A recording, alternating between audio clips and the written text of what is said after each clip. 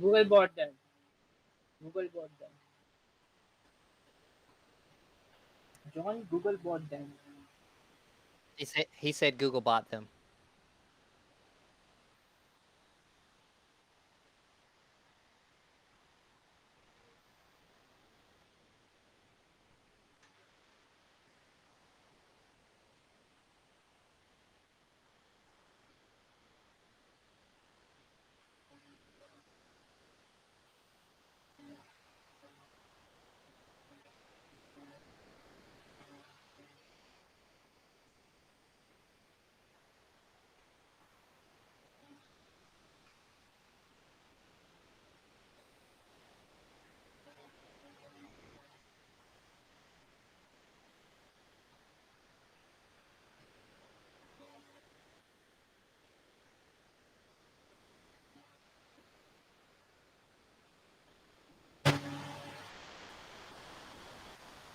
Hello.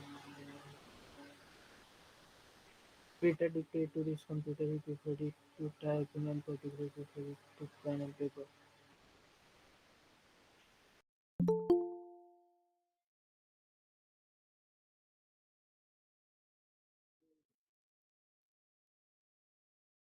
Oh, good morning. Thank you.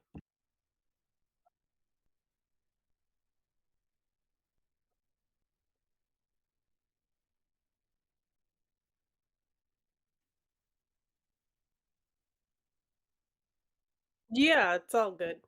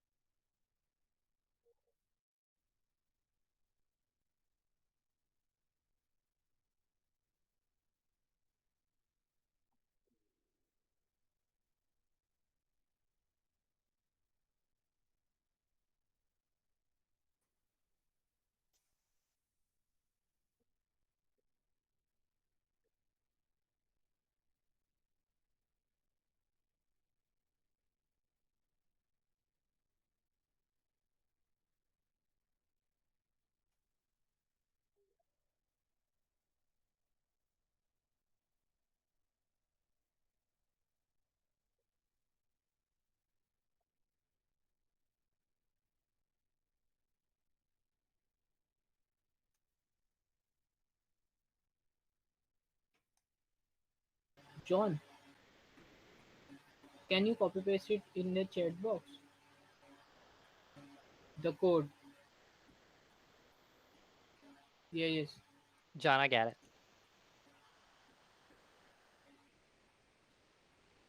Thank you. Thank you. Thank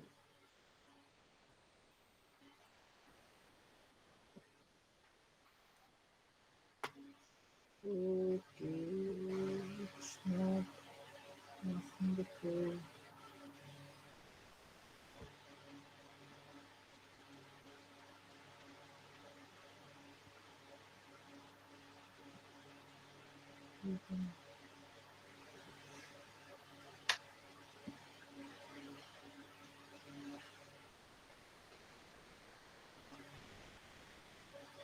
Okay. All right.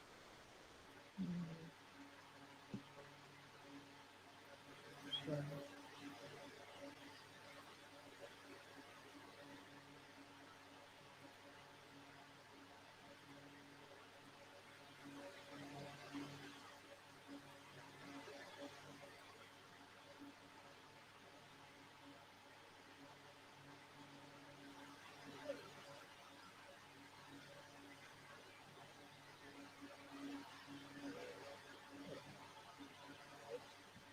John, I recently get a course from Google, which is Coursera. Uh, if, uh, yes, yes, yes. I recently complete that one, and I want to give the AC test. So can you help me?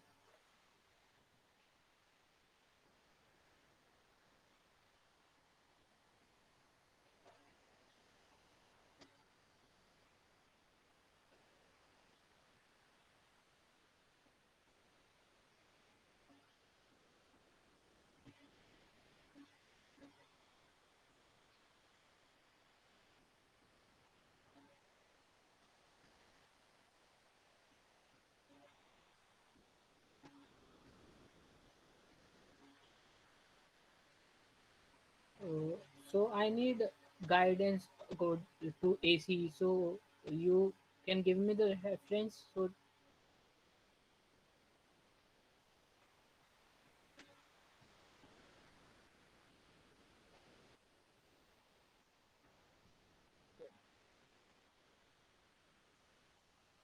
okay, okay, okay.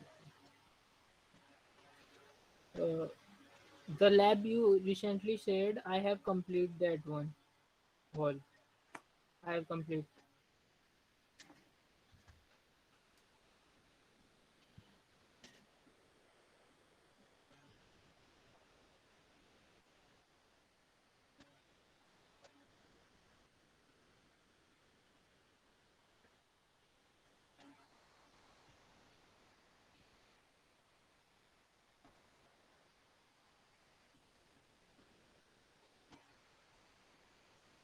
Okay, okay,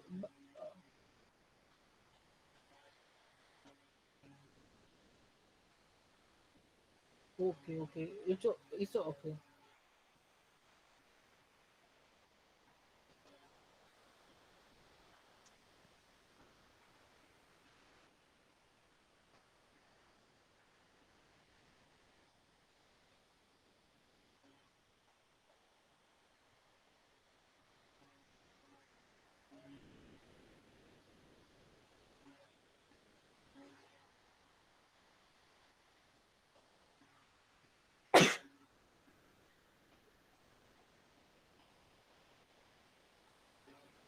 So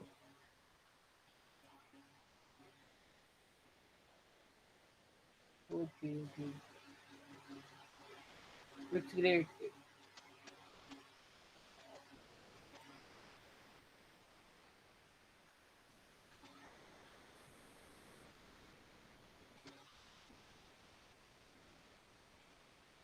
Okay, okay. And as Uh, we go through the labs, you can also the thing about it is we can expand upon the labs and just have that discussion. So as you're seeing different commands, if there's something that you want to clarify or know more about, we can stop at okay, that point and kind of talk through it. So that this collaboration really helps with expanding upon it, not just working by yourself, but having the team to actually work on it together. okay, Sandy. Okay. I'm asking, can can you share something so I can get more credits of Quick Lab, some code or some course?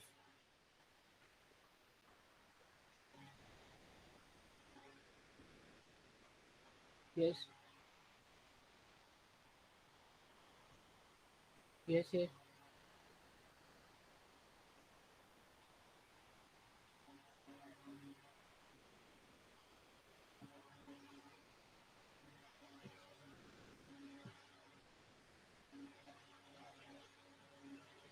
Okay, okay, okay.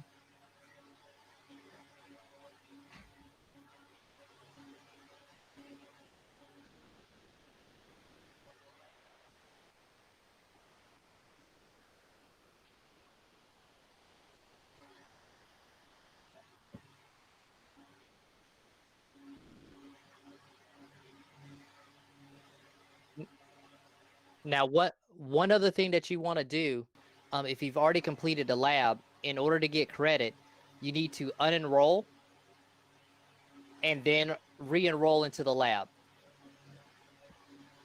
Okay. So, can you share your screen and do that? Sure. Predict. All right, let me share my screen.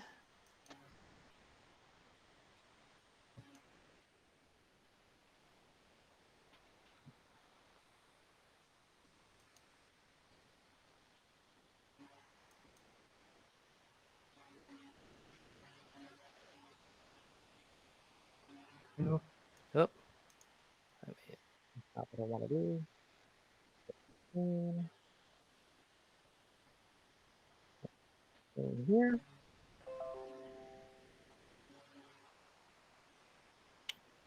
All right, should be able to see my screen okay. Yes, yes, yes. So let me actually close out of here. And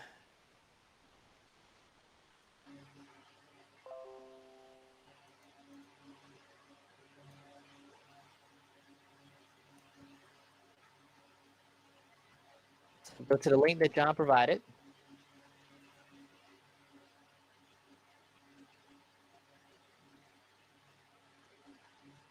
And I click enroll.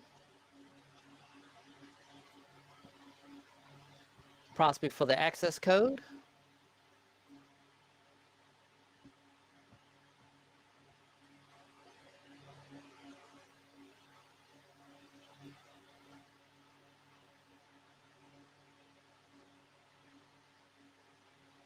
And I should be here. So it shows that I already have the labs. So what I'm going to do is do unenroll from this quest.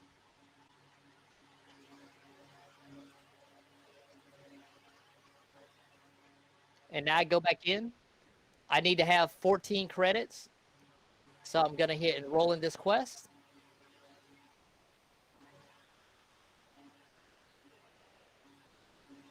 And it Predict brings me this. to the first quest.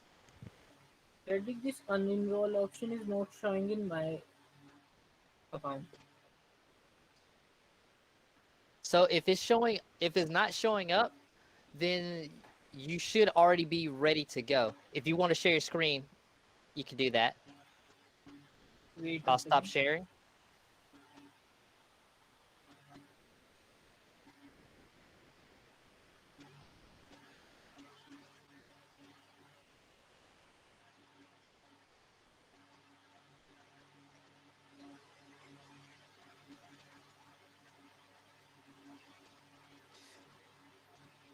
Yeah, you want to go to the home page. Go to the home page and find that quest.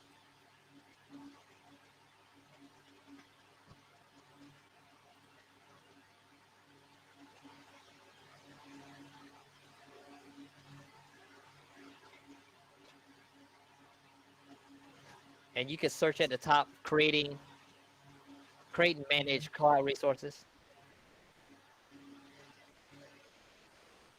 You can type at the top with the search, the magnifying glass. Hmm.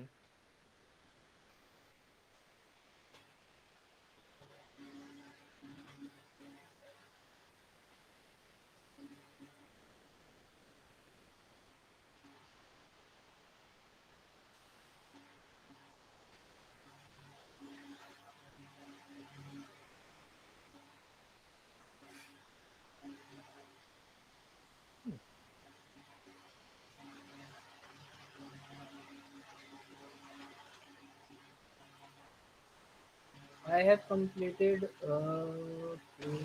Wait a minute. I see. I have completed perform fundamental infrastructure tasks in Google Clouds, and create and manage Google Cloud resources.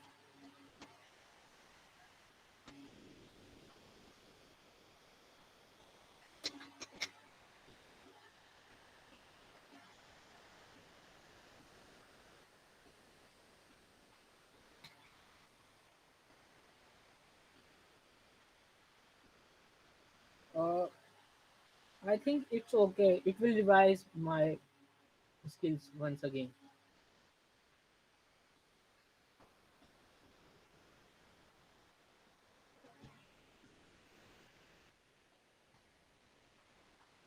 Okay, okay, okay, okay, okay.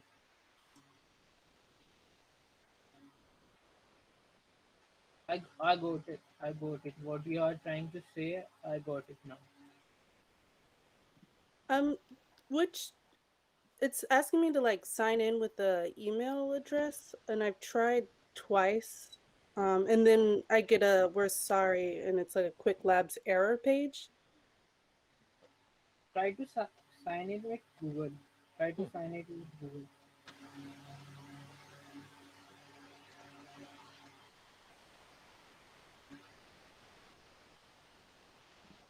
Okay. Nishant, go ahead and stop sharing your screen. Uh, Wait a second. Done. Yes, I got the credit. Oh, 1 second. I have to. Uh, But but okay. I only get 9 credit instead of 26.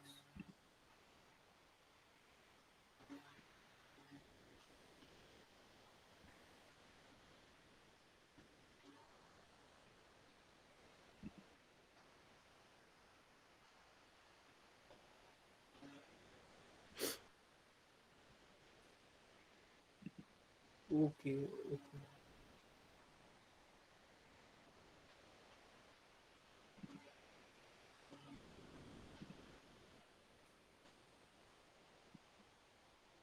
So Candace, it says that name has already been taken.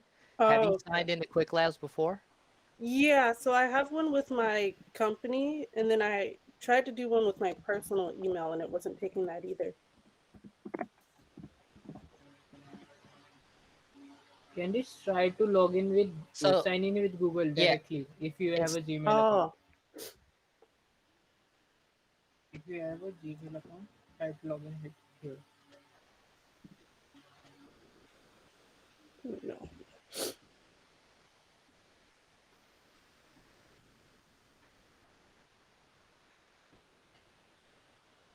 Oh, okay. I'll stop sharing.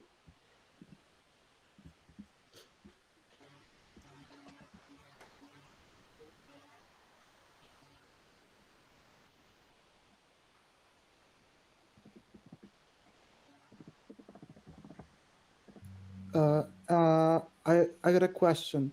So the model of learning here is that when you do a lab, you get those credits to spend on, or rather you have to pay those credits that you already have.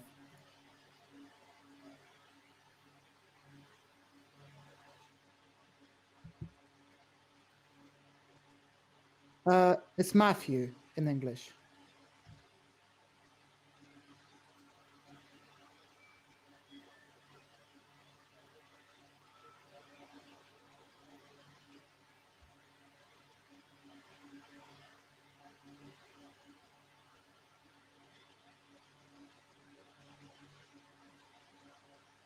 Okay.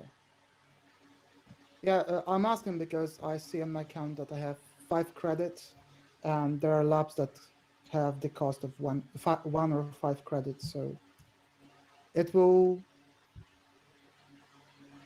So I will be given more credit with each lab.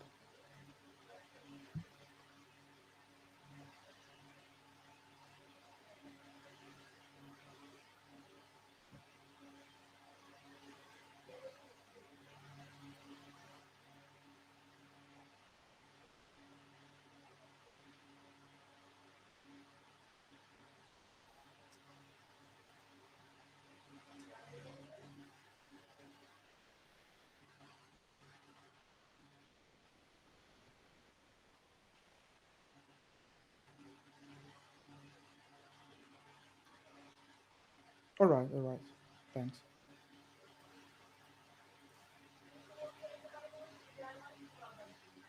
All right. All right. Is everybody else good? Everybody at the lab? All right. All right. Let's share the screen. Let's get started.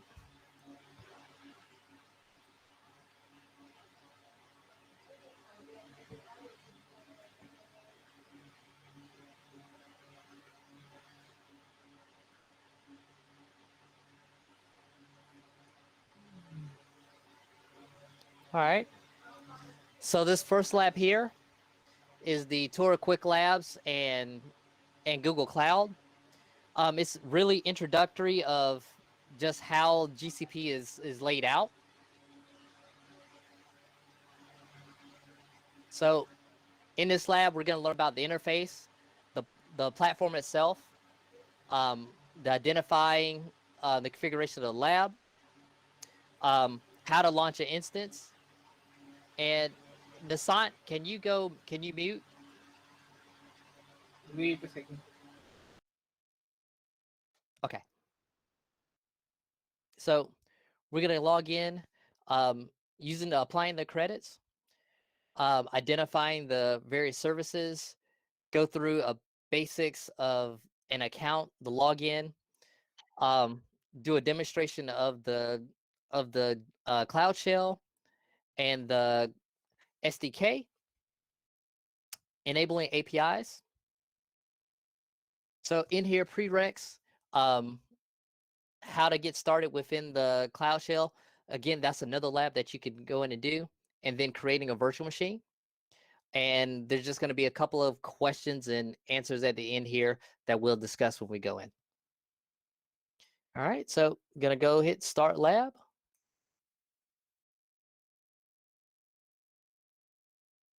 On the side here, you'll notice that it automatically pops up. It gives you the student account that you want to log in as. I recommend doing this in an incognito window. You'll have the password and you'll have that project for the account to actually that you're going to use. All the resources will be associated there.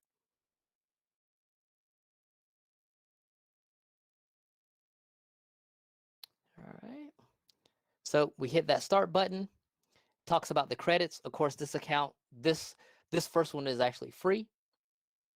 You'll see that there's a time limit for how long the lab will run. And then as you go through and you do different activities, there'll be scoring. And what you want to do there is as you go in and do the different activities, you'll see on the left-hand side the actual scoring activity. There's a little bit of a automated demo here for that.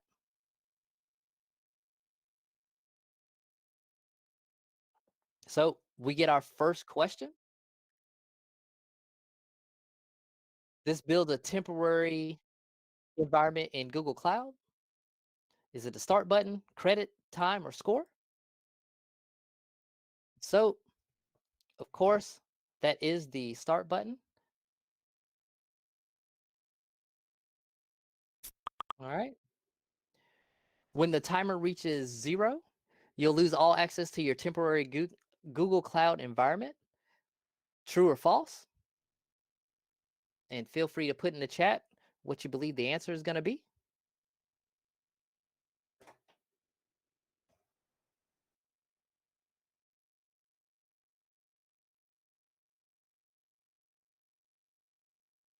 And if you don't see the chat, it's down at the bottom.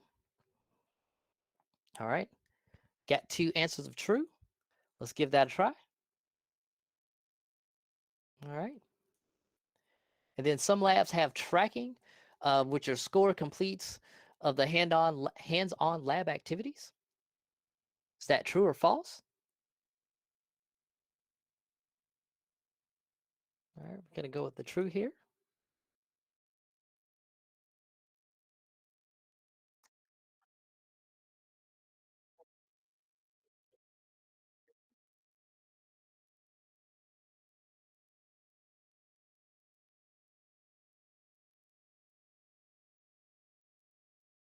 Feel free to unmic yourself or post in the chat. All right, cool. All right. In order to receive completion credit for the lab that has tracking, you must complete the required hands-on labs activities. And true or false? And of course, it's not like they're trying to trick us here, so that would be an expected behavior that we'd want. So go ahead and do true.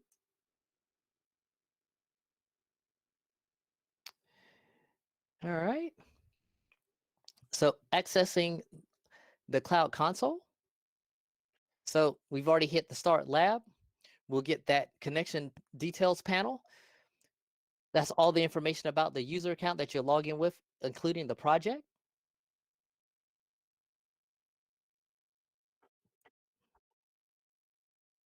And of course, very important for the ACE exam, understanding the actual um, the terminology, what a project is, understanding when they mention the console.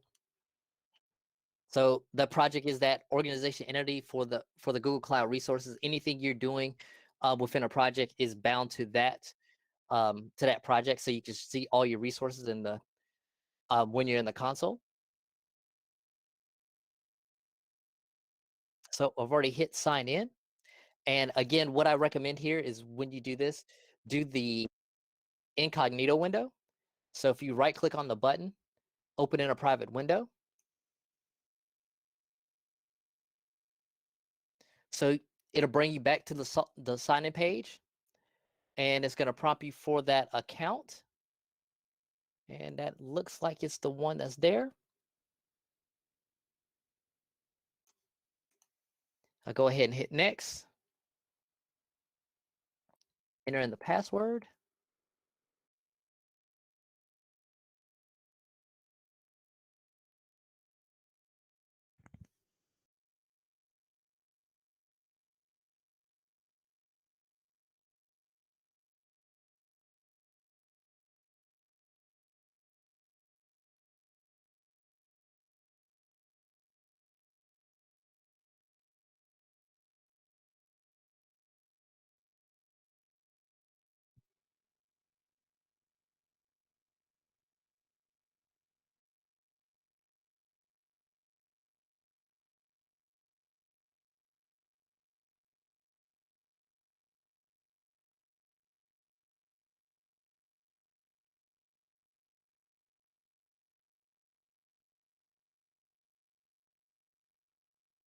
Yep. And one other thing here that I'll show, I also use the Google SDKs. So I have a Linux box, and after installing the SDKs, I can do cloud init. Oh, I spell it right. And I get prompted to log in using the same credentials.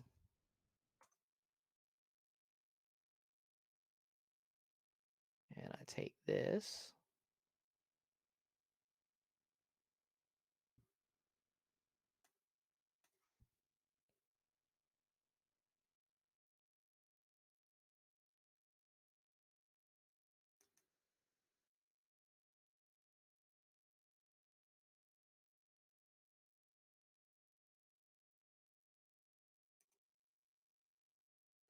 Oh, I messed it up because I cut and pasted incorrectly. Let's try that again.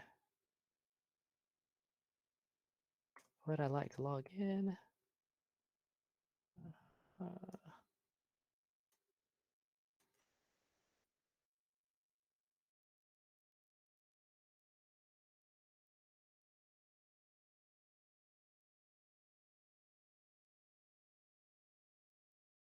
so enter that verification code. And so now I'm logged in as that student account, and I select my project.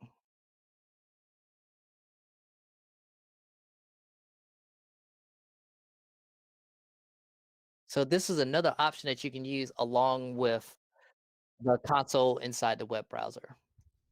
And I'll post a link for actually installing the SDK if you're interested.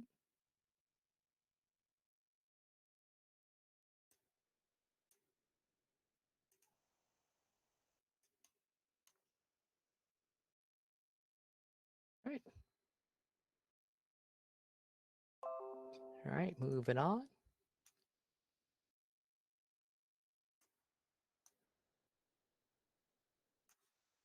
All right, so I'm successfully logged in.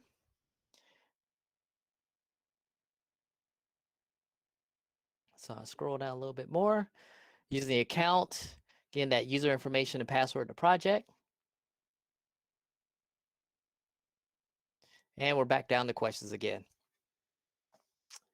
All right, so what field is not found in the left panel? Open Google Console, that's there. Password, yeah, that's there. Project ID, that is there. System admin, definitely not there.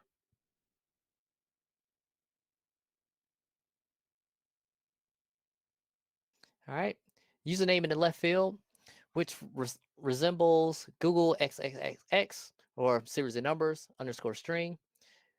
Quicklab.net is the cloud IAM identity. That's going to be true.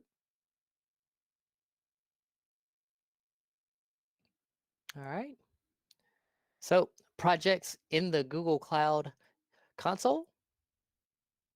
So again, that's that project there. If I go to my console and click down, select my actual project, bring my window over. Yeah.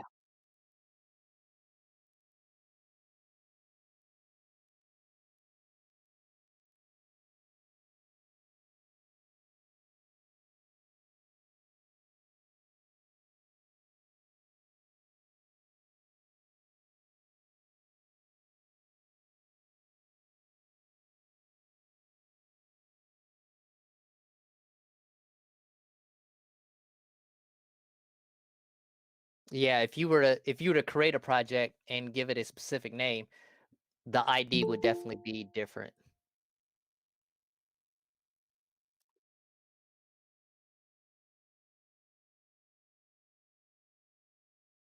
All right.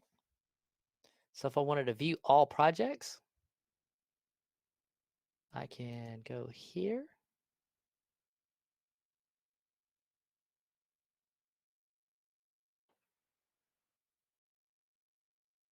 This is always the fun part.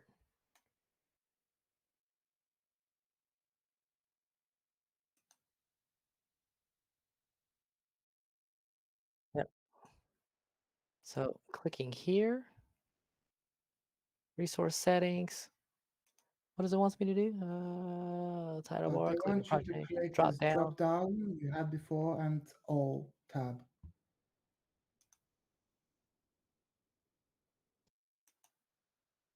Yeah, there. All right. There we go. So list of all the projects that are available under this account. That's there.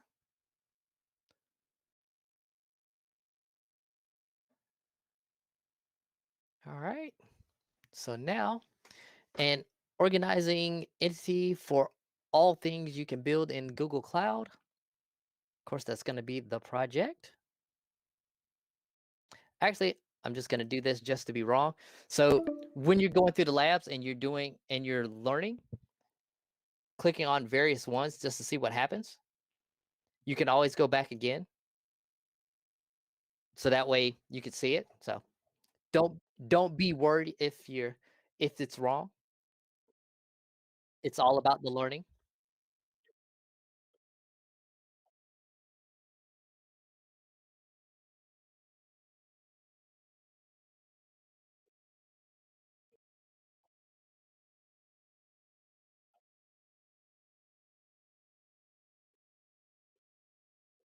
Okay.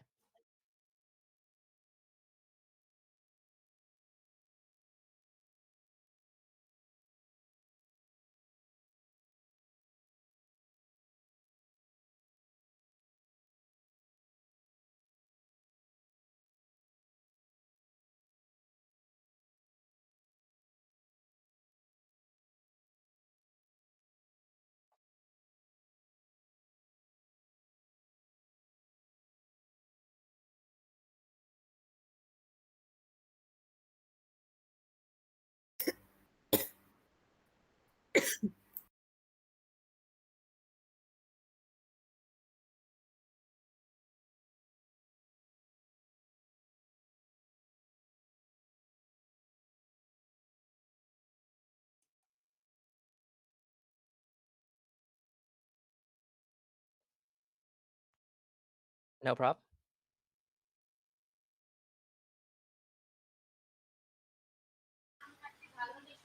Is there any time limit to Google Meets? John? Yes. Yeah, the free account of I believe it's 1 hour.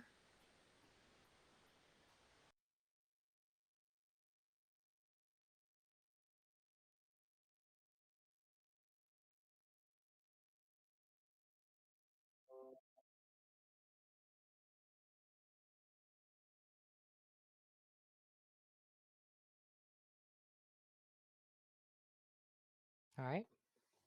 So ClickLab's resources shared read only with all QuickLab users, which means you cannot delete or modify. Is that true or false?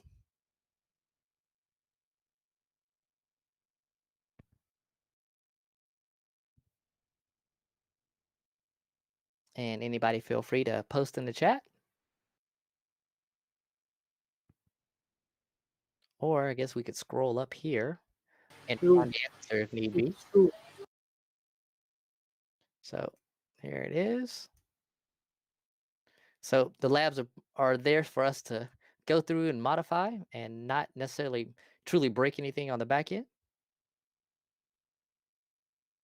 Quick Lab Resources is the project where you run all of your labs and steps. True or false?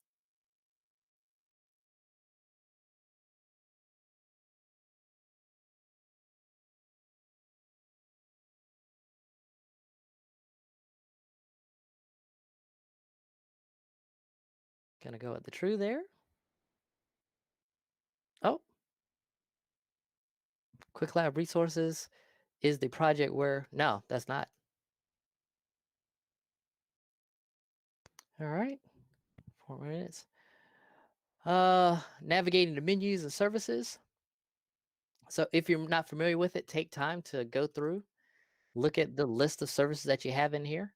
Your compute, your serverless, storage, databases, application integration, networking, operations.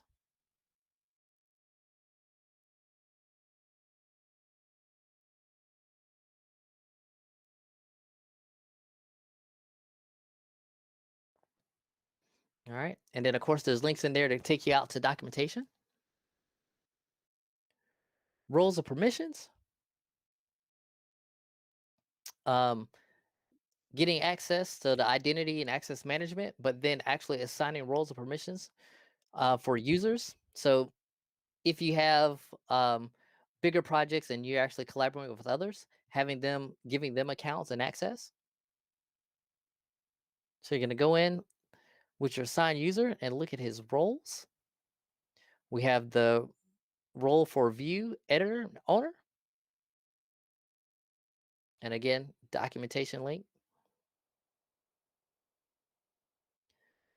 So answer the following question. Offers quick access to platform services and also outlines its offerings. That's going to navigation menu, cloud operations, network, compute. It's going to be the menu. And of course, if I was to scroll back, that's what we was working on here. And very important on the detail for when you're taking a test, there the terminology and text is going to be what you want to remember. All right. Primitive roles set project level permissions, and unless otherwise specified, cloud access and management to all Google Cloud services. True or false?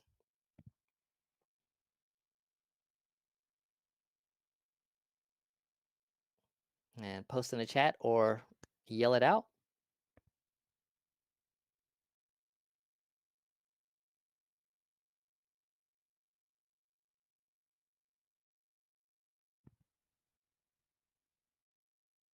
All right. Let's go with true. And I thought it was less than this. Provides all viewer permissions plus permissions for actions that modify state, such as change existing resources. editor, viewer, or cloud project? Well, cloud project definitely is not it. Viewer is like a read only. So use that process of elimination. All right, APIs and services. So the various API calls in the background, pretty much scripting. So if we wanted to view it, we'd go to our navigation menu, APIs, services, and library, and then the various categories. Let's take a look.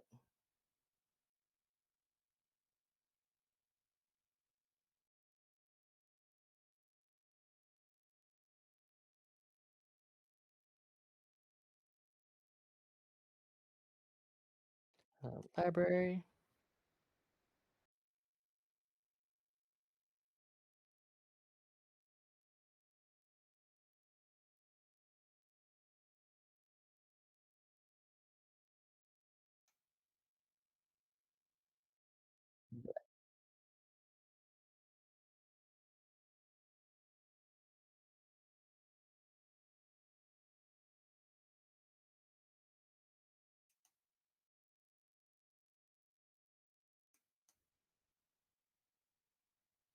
All right. So all the different ones, categories, you have the search button. All right. So if we want to enable one, we're going to enable the dialog flow.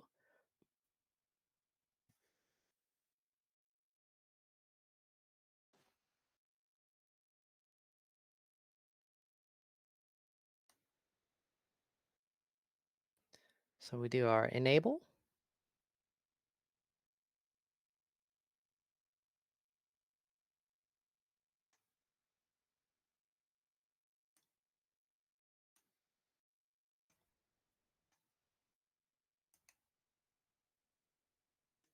And if I go back to it,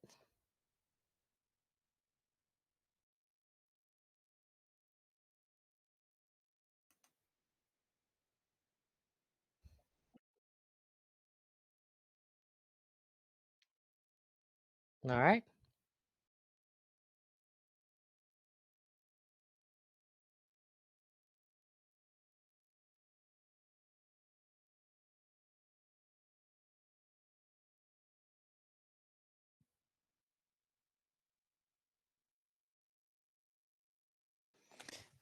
All right, so we'll stop here and wait.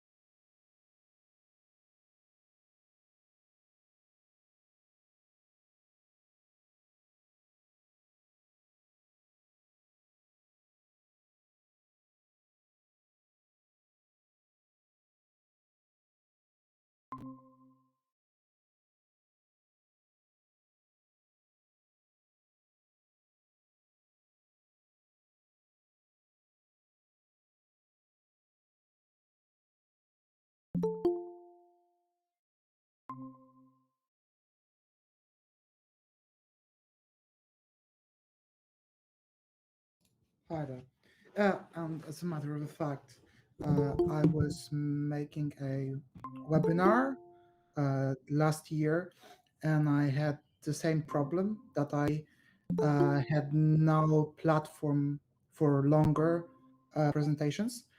And the best solution I came up with was educational or the lowest office platform because they allow you to organize events.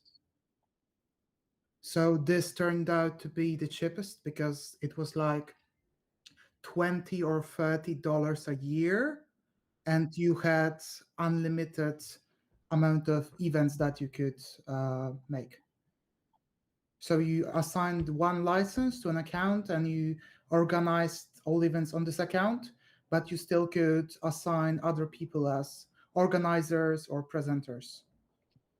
So as you like you if you have your company and you use Office 365, if you have A3 or E3 or E5, you can organize events on Teams.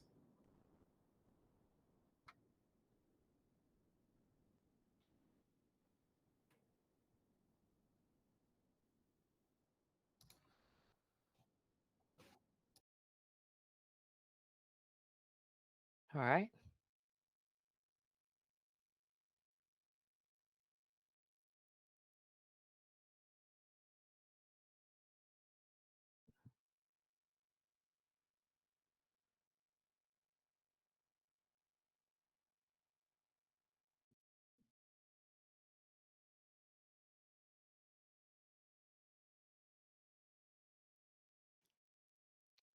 All right.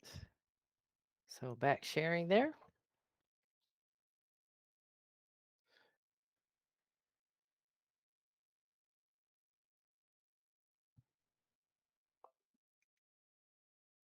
Let me go back here.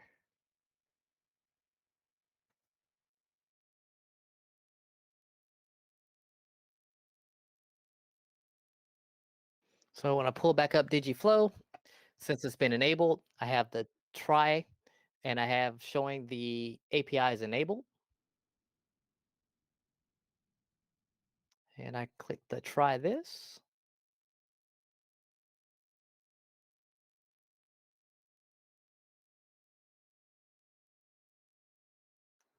And I'm not going to create a profile right now. All right. So answer to the following question. When you start Quick Labs, you need to enable API in your project to start working with Google Cloud. True or false? And of course, that is going to be true.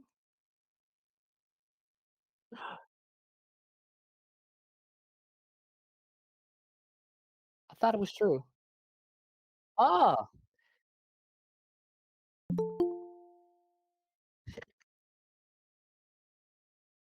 yeah, because we had to go and search. We had to go and search and find it and do enable. Let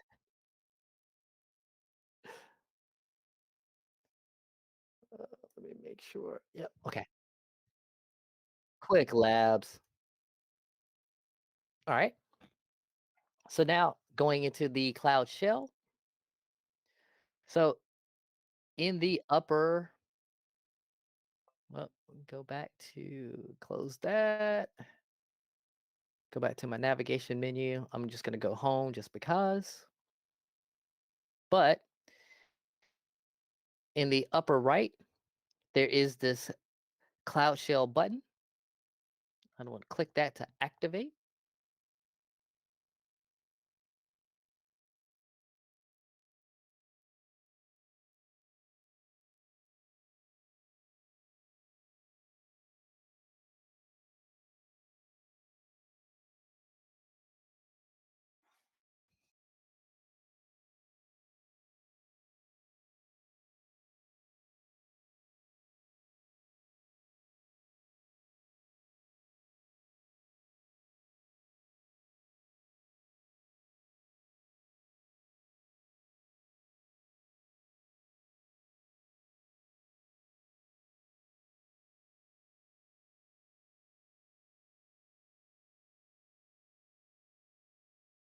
Actually, Azure has it too.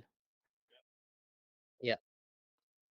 Actually, there is a shell in which you can run this without Google Cloud. Yep.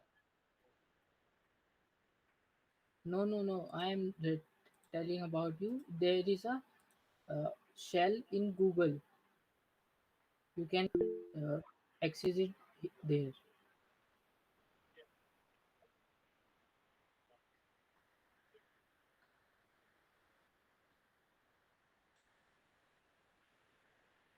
Yep. Yes, yes, yes. Yes. I have used Azure, AWS, and many other cloud platforms, but no one had this thing.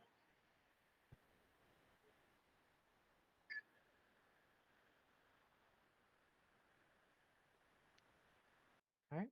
One important thing here is making sure that your project is set. So they list out the Google Cloud config set project ID, various different commands that are within this. I definitely recommend going in and doing like a Google Cloud config dash dash help. Get familiar with what commands you have,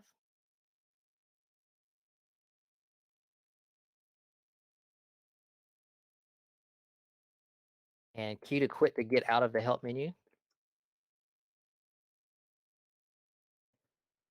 Big list. I don't know why I want to type that wrong. It'll prompt me, enable my shell. So it lists out what's currently set, showing my account, showing my project. All right. Didn't mean to click there. So when I executed a command, of course, it prompted me to authorize. And there's that gcloud auth list.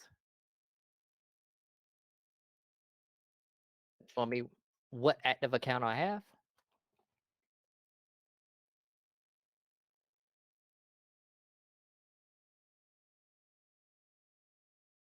And within the shell, it's that little VM. So again, going in, creating files.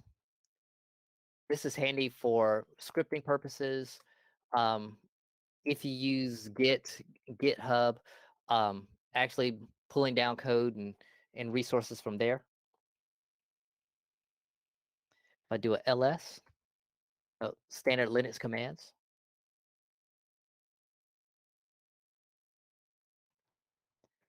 and they say nano test.txt, that'd be my file.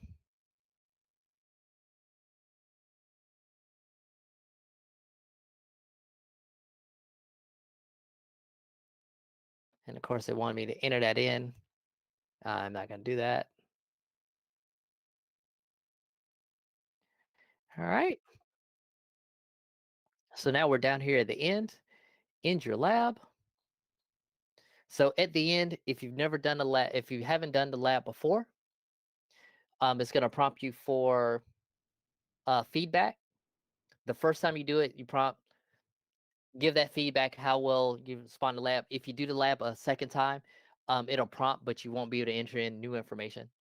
But so ending the first lab.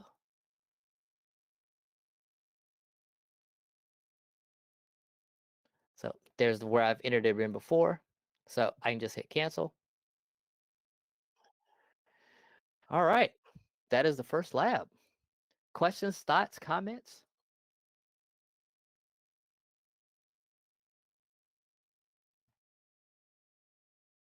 None. All right. So now I hit the back button, have that first lab that's completed. I can come down and we can go ahead and we can do the creating virtual machine.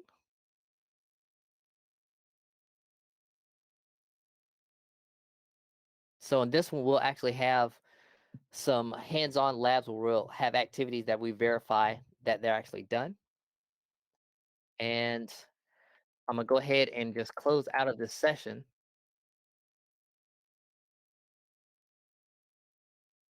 So when I start up again, I'll start a new incognito window for this. And one of the things I didn't do on the first lab that I definitely recommend doing on each lab do before you hit the start button is kind of read through, preview what the expectation is.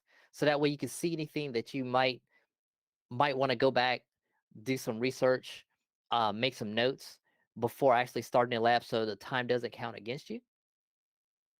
So basic setup, we're going to log in, get our account information.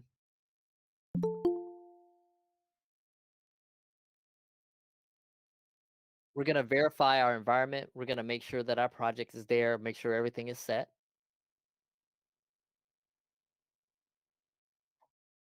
Mhm.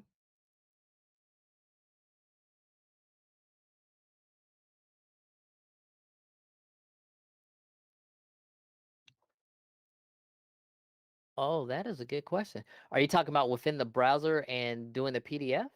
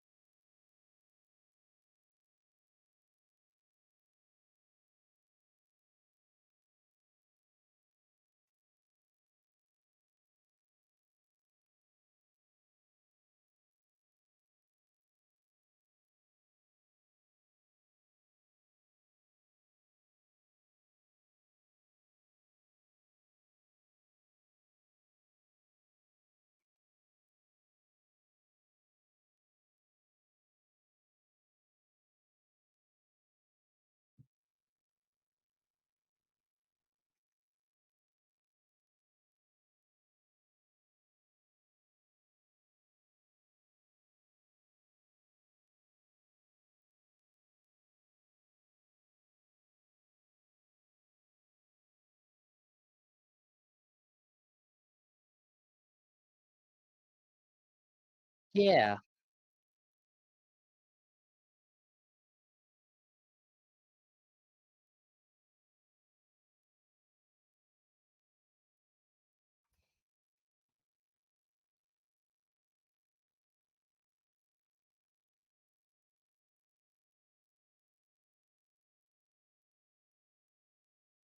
Mhm.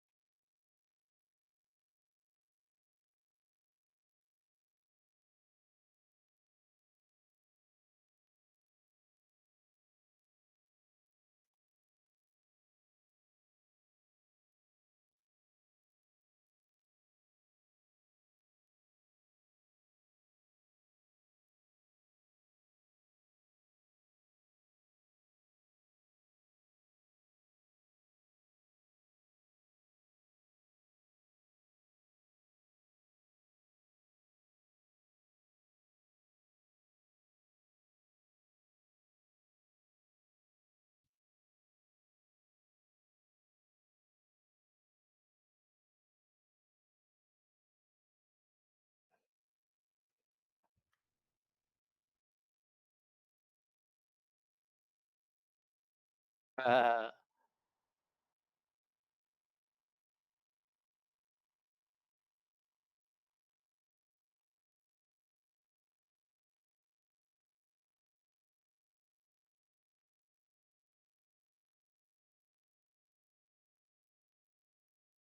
no, that is great. I didn't know that.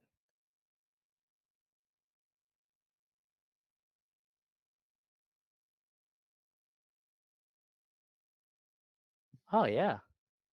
Alright.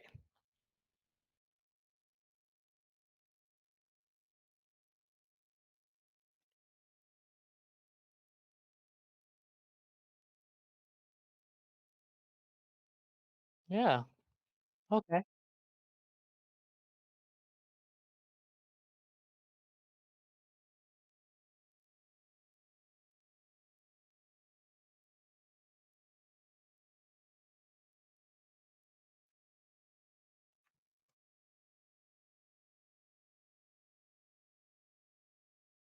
Yeah. Where did Where did I save that to? For me, it said only first page. So Yep, it did for me, but huh, I can play around with that.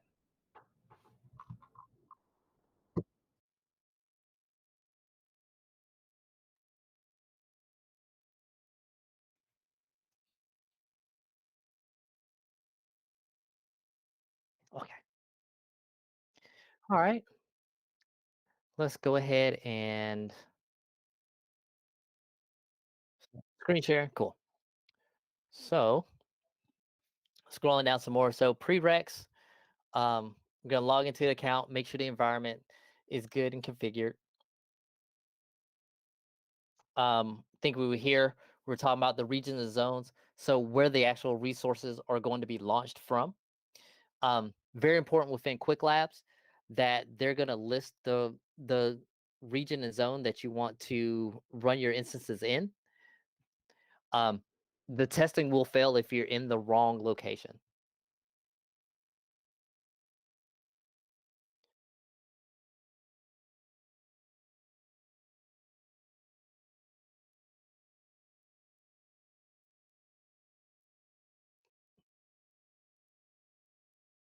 So we're gonna go in and from the console, we're gonna create a single instance of Debian, 10 gig disk, and we're gonna allow HTTP traffic. Then we'll connect via SSH. We're gonna run an install. We're gonna install a Nginx server. Check, make sure the process is running. We'll use the actual external IP address, so web-facing IP. And we should see a web server, and then that'll be that first check that we'll go in and see. Then we're actually going to create a instance from the G Cloud.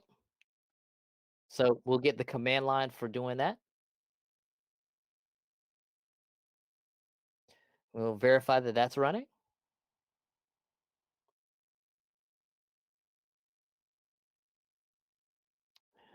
We'll go in, look at some of the command line configuration.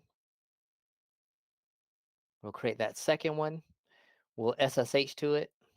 It actually generate its public private keys. Then we'll have a question about how to actually create it. And that's the lab. So pretty straightforward. All right, so let's get started.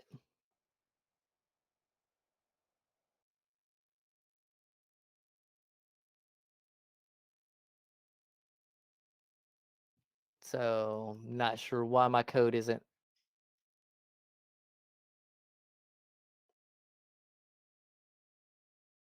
Okay.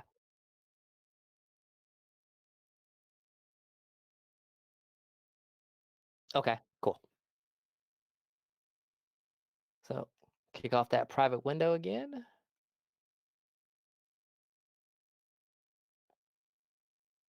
So once I kick that off, it automatically puts the account in there.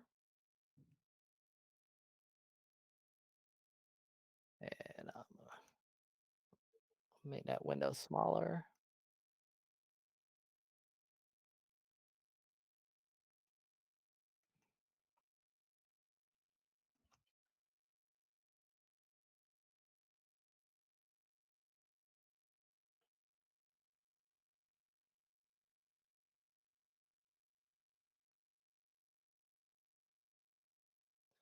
So create lab project, make sure quick lab project. So on my login account information.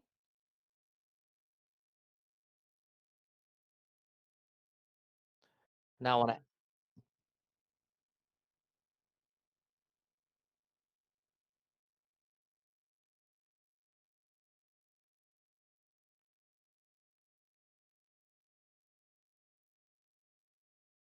so there's my shell.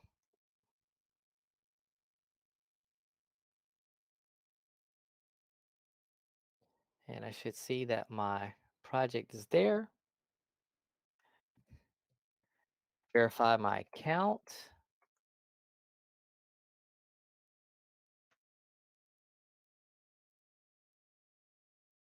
It's showing up there. Like I said, I do config list.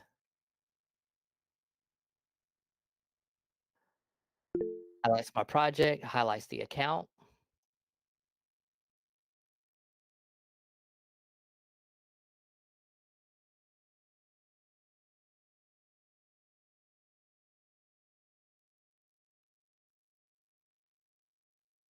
Yeah, I used that LS Durham or 1S Durham.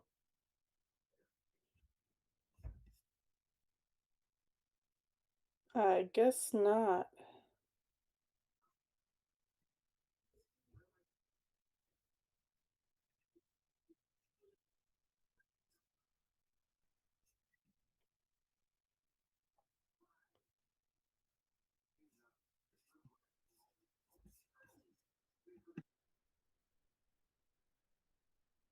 All right, do the gcloud config list project.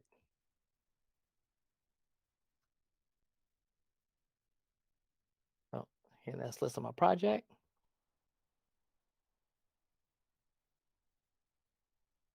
Now we're at the zones and regions. And I'm gonna create this. Our first actual task is creating an instance from the cloud console. So this is what I would need here.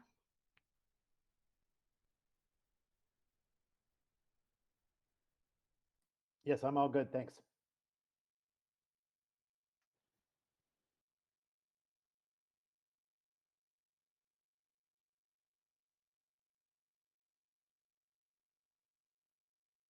Yeah, sure.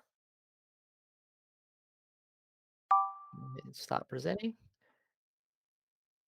It's all you, Candace.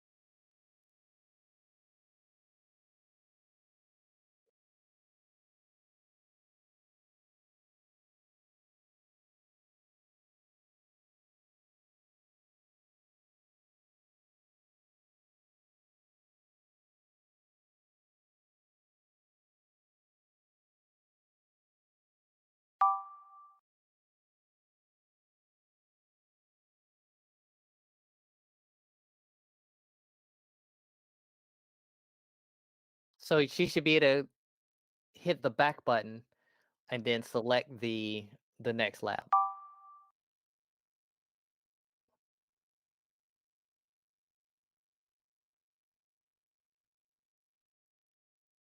And Candace, let us know if that didn't work for you.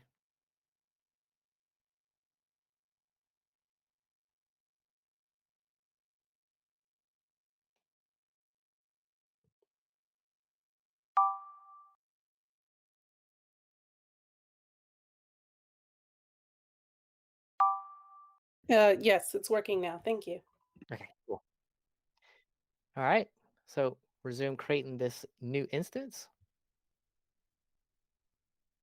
Compute engine, VM instance. You're not sharing your screen. I'm not sharing my screen. There we go.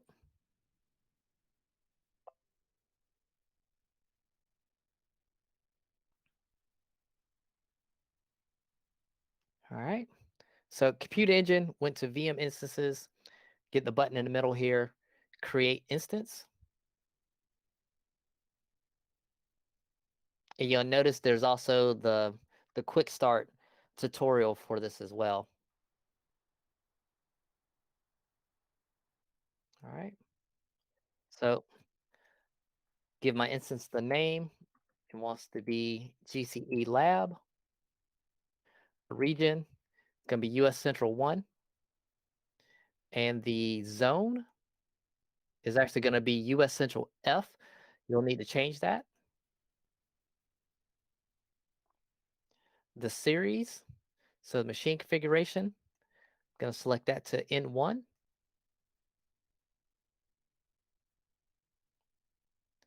And actually going to select N1 standard 2, so 2 vCPUs.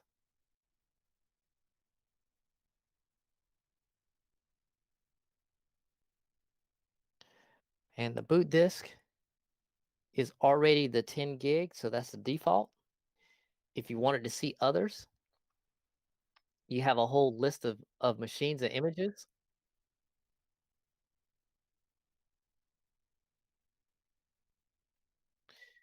You have your custom. If you pre-created, if you went in and created some images, they would be stored there in your storage, snapshots, and other existing disks if you had other machines running.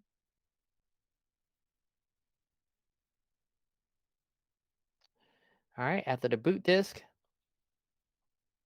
we're not making any other changes except for we're also allowing HTTP traffic, so externally, and we hit create. Down here at the bottom, there was a REST and a command line. So if you wanted, if you were going to use the shell and you wanted this as an example, you could actually get those examples there.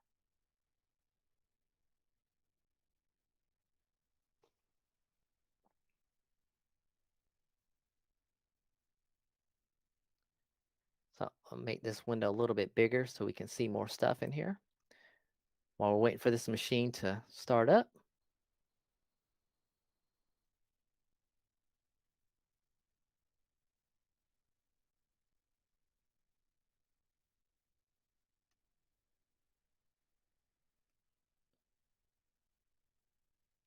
So there's my machine. We have some options here. So you see the status that it's running. We have the internal IP, and then we have that external IP, the what you can actually access from your web browser or from the internet. We have the shell where we can connect to it via SSH. Can do that from a window. We can view the gcloud command, or we can use another SSH client. All right. Slide that over there for a second. So we're going to connect SSH. And we'll see that launch directly from the browser. So we'll do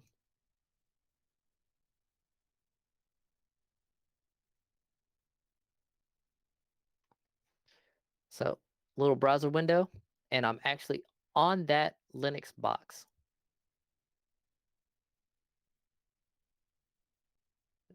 Didn't mean to make that go away. All right. So now what they want us to do, we're going to install the web server on it. So we're going to sudo into root, run apt-get to update the system.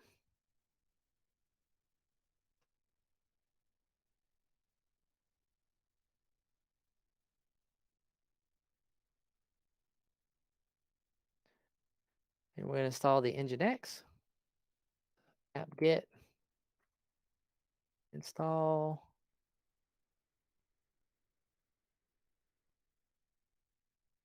Nginx-y.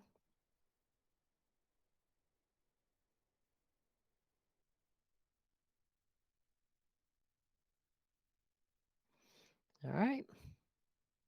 So we installed that. And then we're going to confirm that the web server is running. I believe this is a default um, missing in the lab because the actual web server is not started just because you installed it. But I will do this again.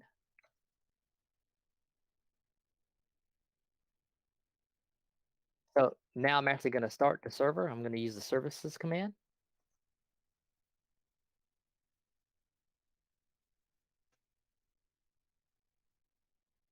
Now if I run that again,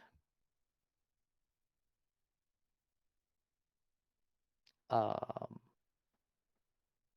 why is my It should be index? up from the get-go. Why isn't? Did I spell it wrong? I think that's what I did. I did. There we go. I hope I spell it right. All right. So now, if I go in, if I look locally,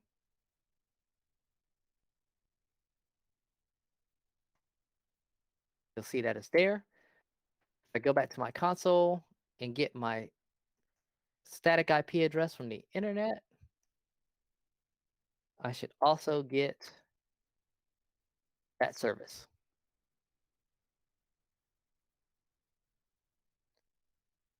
All right. And this takes us to our first hands-on lab check. And you'll notice the number changes up here. If you click on this orange box, you can also get viewing the progress. So if it's ever not working or a concern, you'll also see a little bit of a hint of that configuration if you need it. All right. So the next one is going to be creating that instance with gcloud.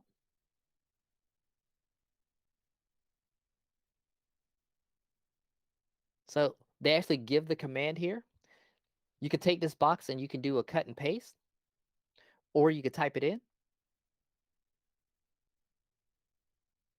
I'll minimize that for now. Go here.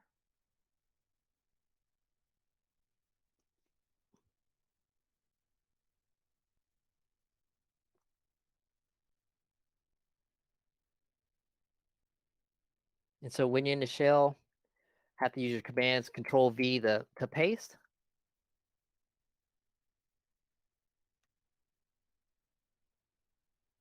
And we should see this machine start to create.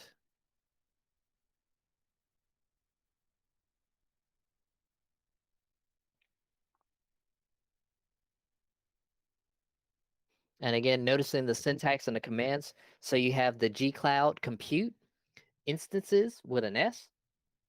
And then you can do your list to check the statuses to see what you actually have there.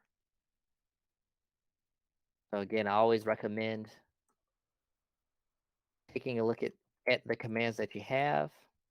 So -- help. And I left off my S. S is so important. And if I make this window a little bit bigger,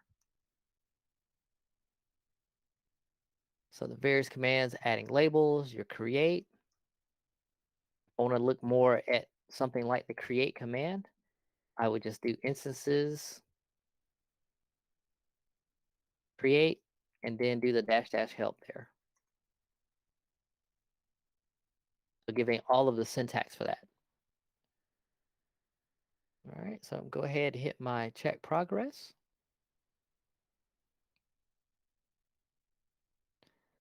So that in standard machine, put it in the right zone, region.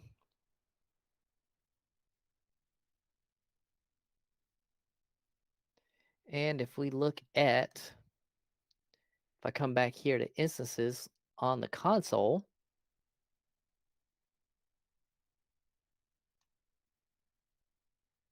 you will notice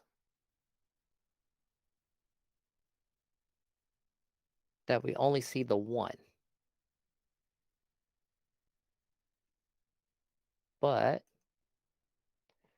if I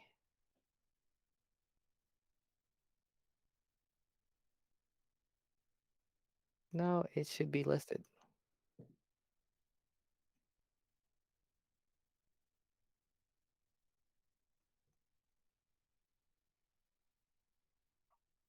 There it goes. I had to refresh the page. So my two instances are listed. And the same thing if I went and did gcloud compute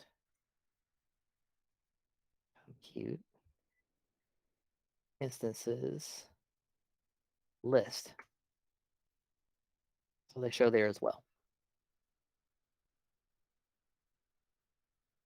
All right. So now from the gcloud, I'm actually going to SSH into that instance with the gcloud compute SSH instance name and my zone. And one thing you can do, if you don't enter that zone information, you'll get prompted for it. So I'm actually going to do it this way just to show that. Yes. I'm going to not enter a phrase. And it's making an assumption of which zone that I want to go to. And I'm going to say no there. And it went in and it used the zone for the instance to actually log in.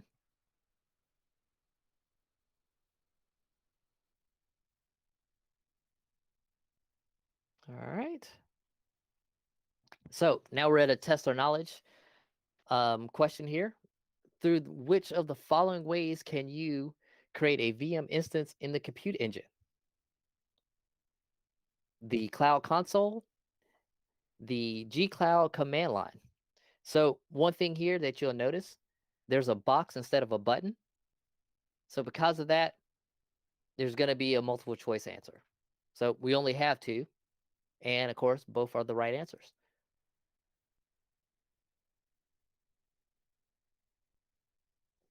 All right. So instances created.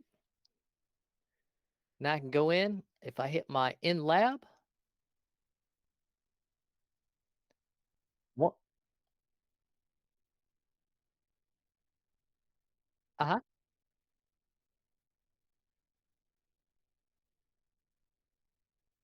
Yep.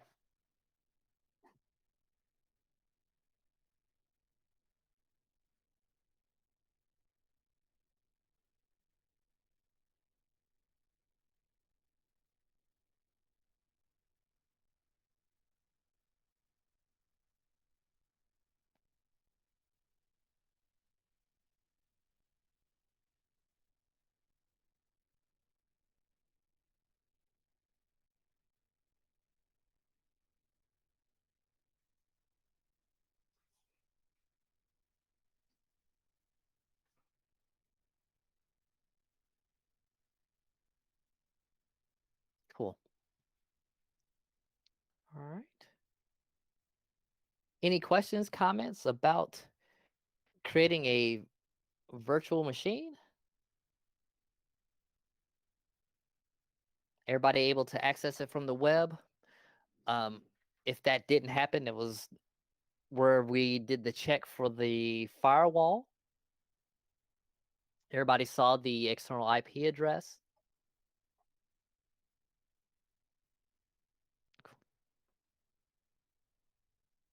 All right. I'm going to go ahead and hit end here.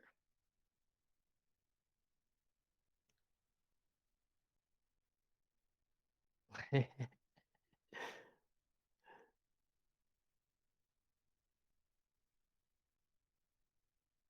right. So I go back, I scroll down. Anybody interested in doing the Windows version? Or do you want to go ahead and do the getting started with Cloud Shell and gcloud? Does anybody have a preference?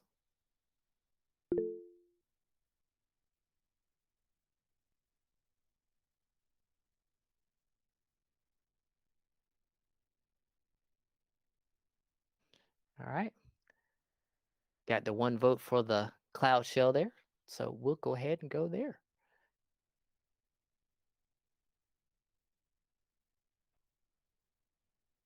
So inside of this one, just scroll down real quick. Setting up a machine. We're going to do some practice with the G-Cloud commands. So our basic setup, get our account, get our authentication going. Activate the shell. Go through our project configuration. Look at the environments. So we'll use the G-Cloud config to check the zone and region.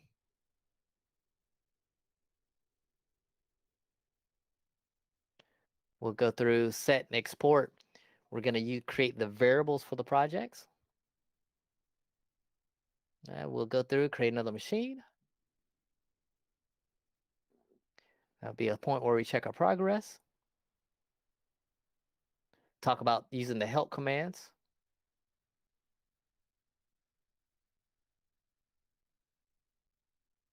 We'll add a new component. So again, this goes into actually using the SDKs.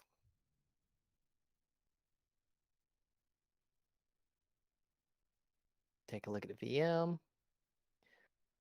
Connect to the shell. Look at the home directory. And questions. So pretty good here, straightforward.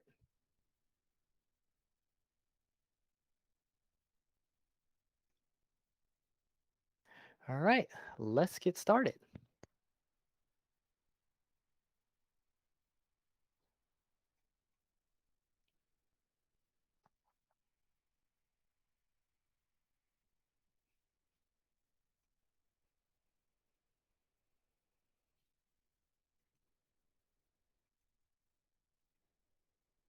Close that down. Private window.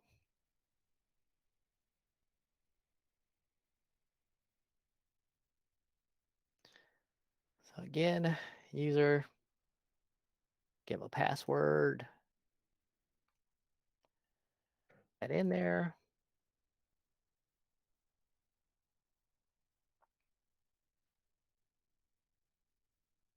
All right, there's my project. Verify that's correct, which it is.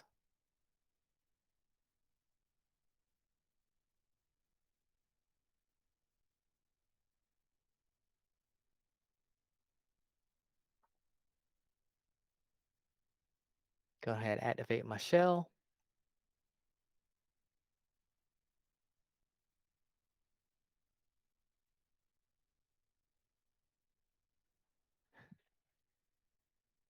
G-Cloud off list.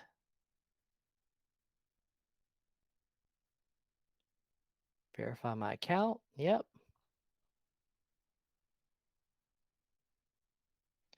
Look at the project. G-Cloud config. This project.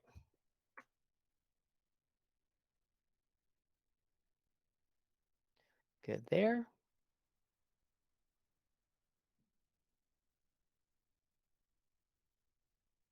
All right, so configuring the environment. About the regions.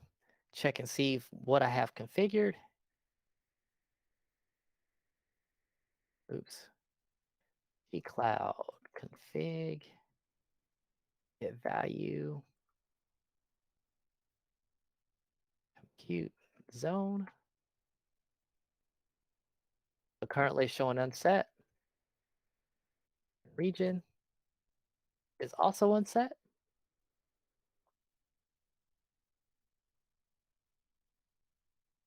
So identify my default region and zone. I go to my menu.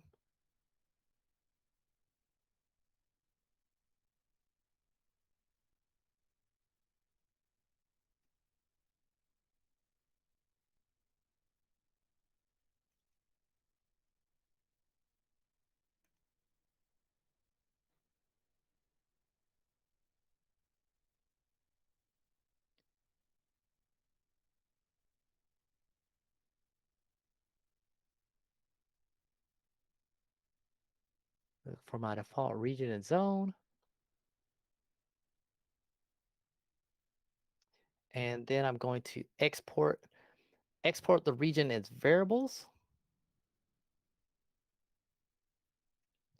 And also I can do a describe cloud compute project info.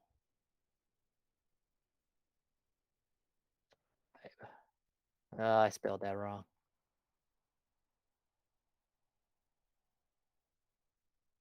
Compute.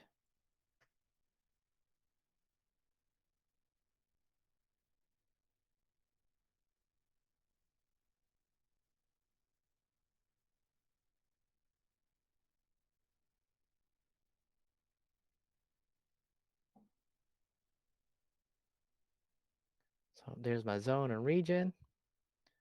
And project ID should be in there. It's there.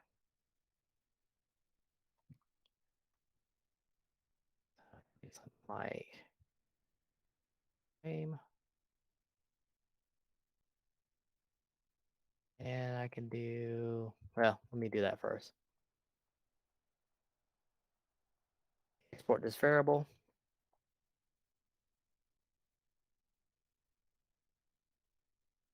Project underscore ID. And this is very important later on when you're doing some of the more complicated projects to use these variables, to export these variables in.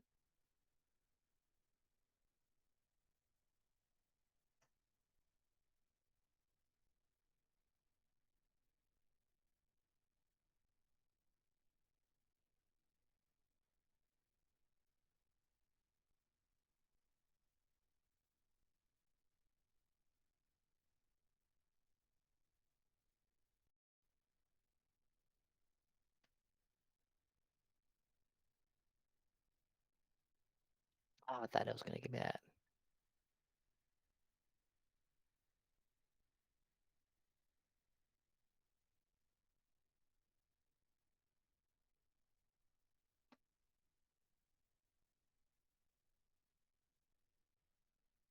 Mm-hmm.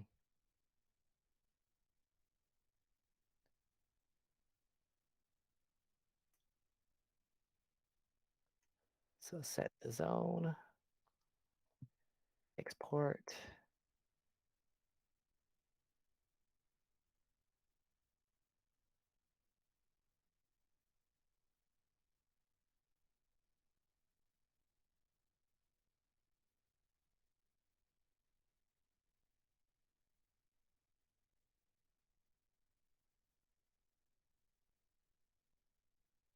Get the right one.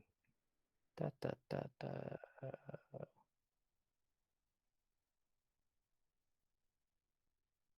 Yep. All right. So now those are set with $zone.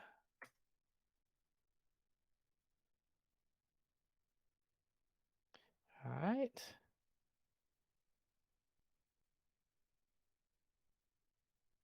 Oh, did I scroll past? I did. So now I'm going to use the, oh, we got 10 minutes again. All right, we're going to create an instance and we're going to leverage that zone variable.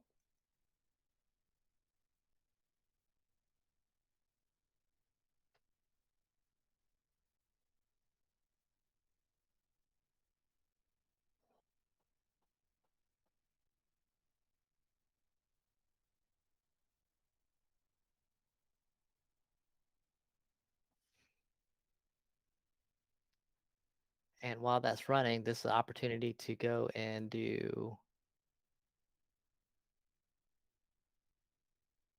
well, it already checked because I should have done it right before I ran that command, but oh well. So the instance is now created.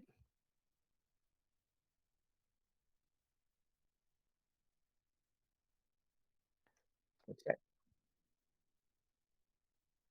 Find out more information, I could do the gcloud compute instance create -- help.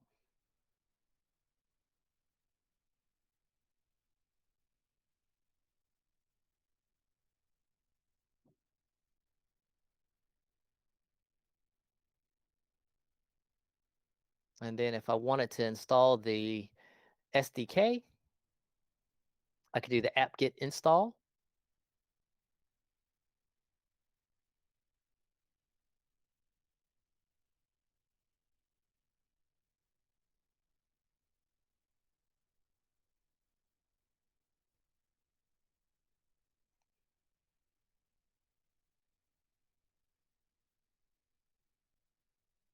No. Yeah.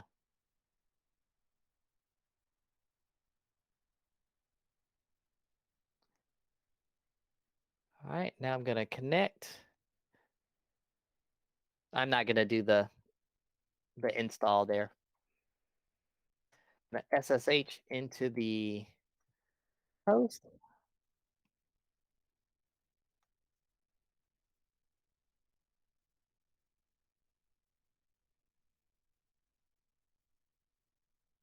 I'm SSH'd in, similar to what we did before. Look at the home directory.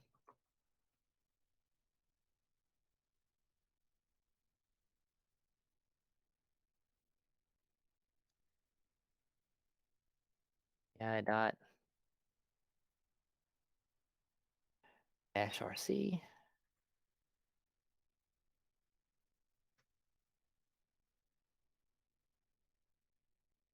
Yeah, that's your profile.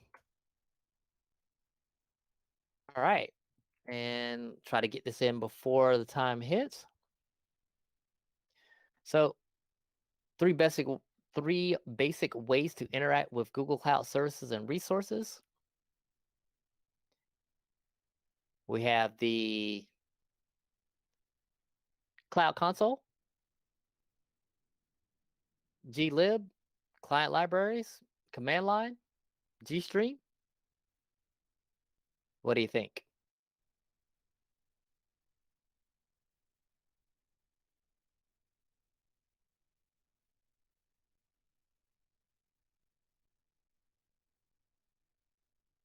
Yeah, so I believe the client libraries, because that's where they were talking about the, scroll all the way back here, task 2.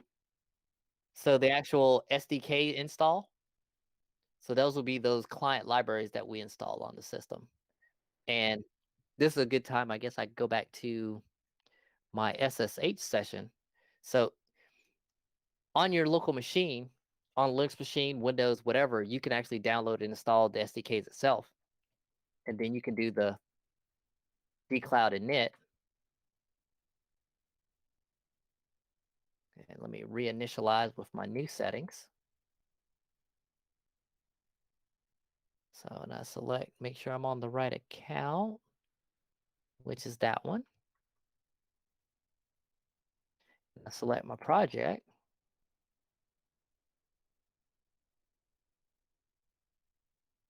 So from this Linux box, if I do my gcloud compute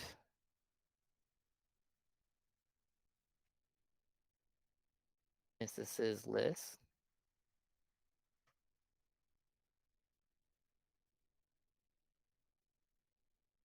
so I'm looking at that same box that I would look at in my shell or in my cloud console.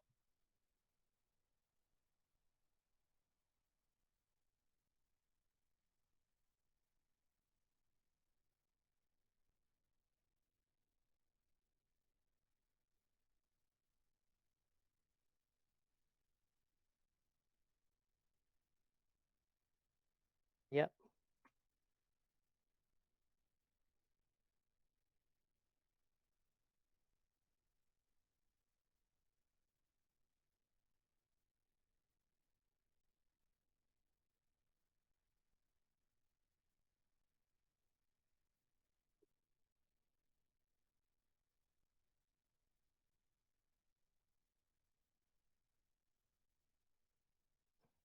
Yep.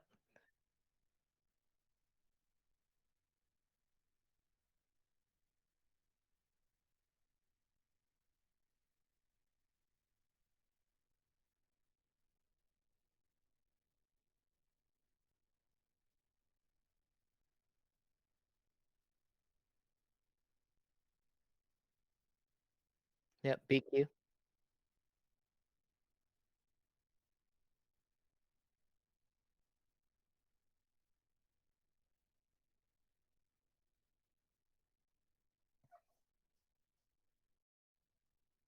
So very, very useful. I'm huge on infrastructure and doing like automation. So having the SDKs installed comes in handy, shortcut wise and code and scripting. All right. So let's go ahead and say client libraries. See what happens.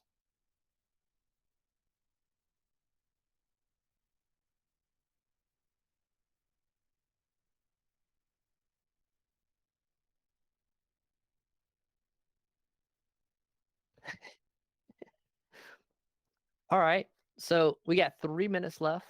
Um, we can continue on to do the next lab. So we've been building up. The labs are definitely going to get a little bit more involved, a little bit more of actual more system concepts and configuration than actual the G-Cloud interface itself. So the next one is the Kubernetes engine, just a quick start. This is also a good time where we can take a 5-10 minute break before we start into this lab.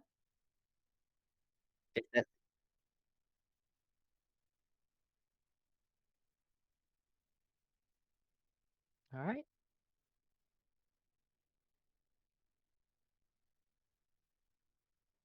So let's go ahead and say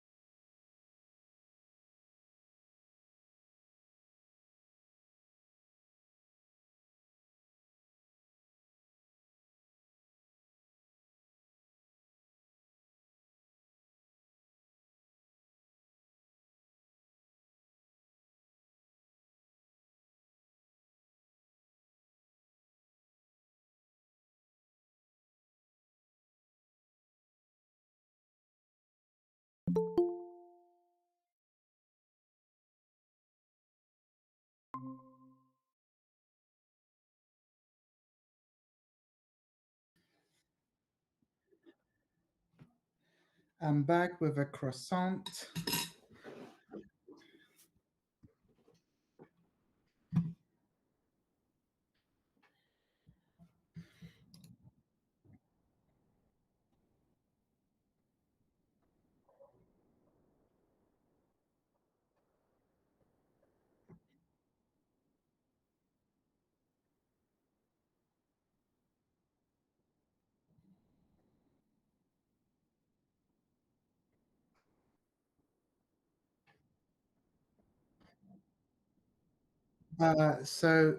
It's Polish name, and in English you can translate it two ways, uh, with Matthew or Matthias, but both are correct. So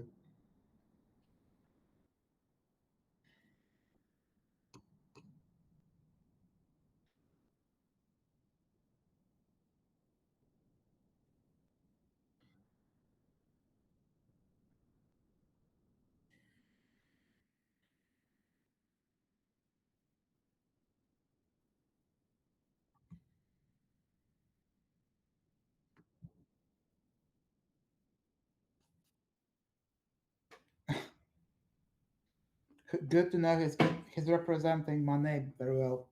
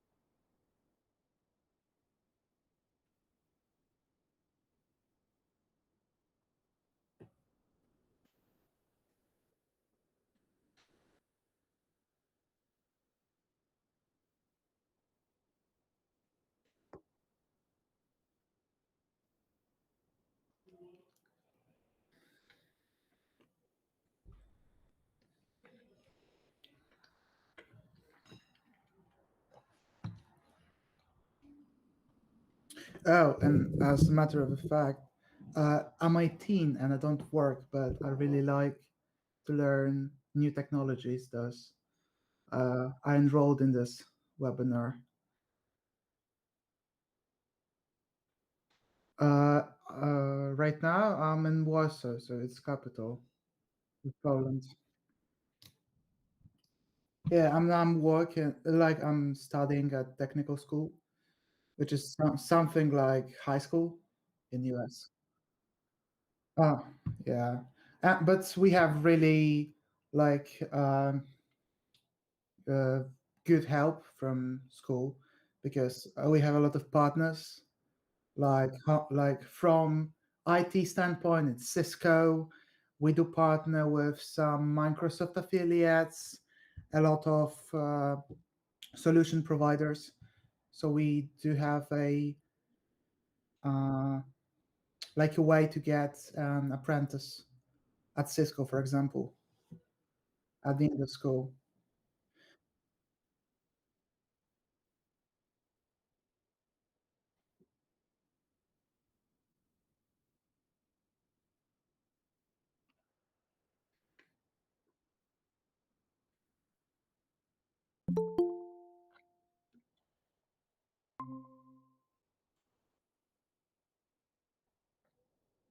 Hello.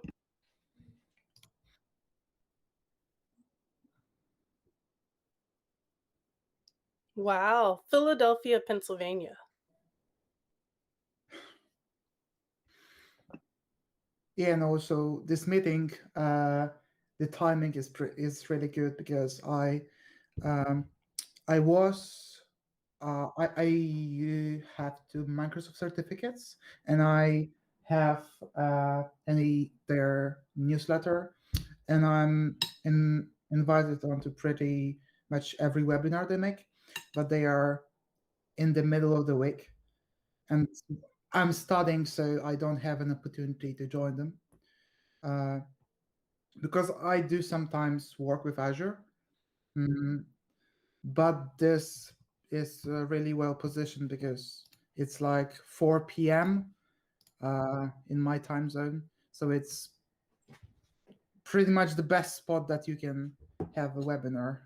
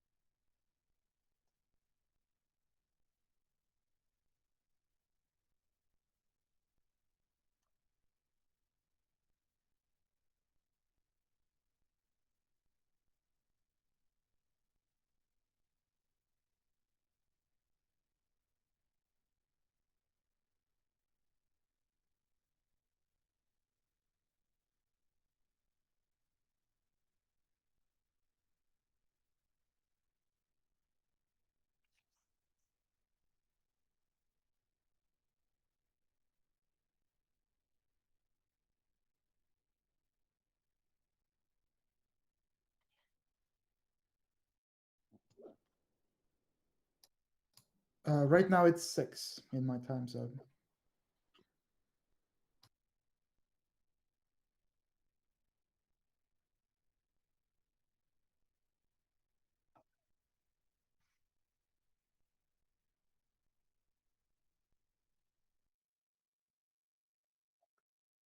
All good. Yeah. Really. Yeah. And thank y'all for doing this. This is really awesome. Cool.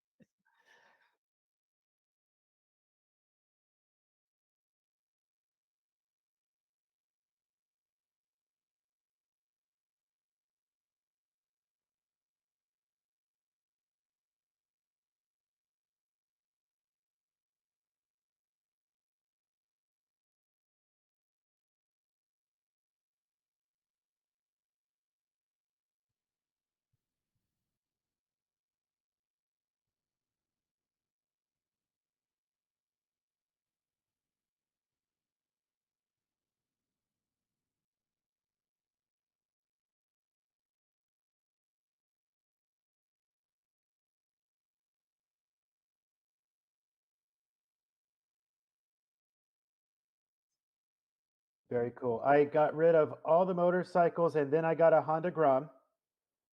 And then I enjoyed the Grom for 5 years and then I sold it with the intentions of buying the 2022 Grom. It was supposed to arrive this week.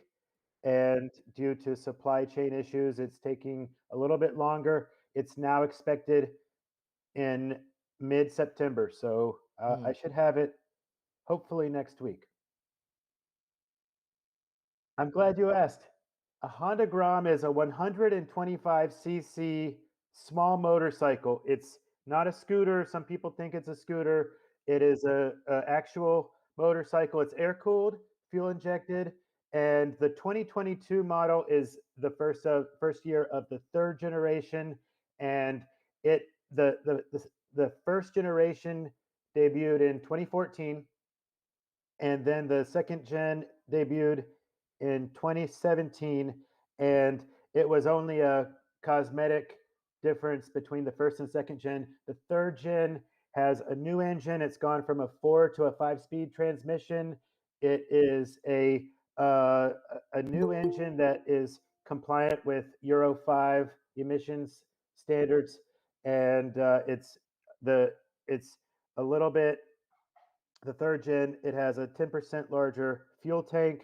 It um, it's gone from 4 to 5 gears, and they changed the gearing ratio a little bit. So it's also said to be a little bit faster, and and so I look forward to um, I look forward to it once it arrives. And so this one, it's also said to be more fuel efficient, and we're talking about over 100 miles per gallon.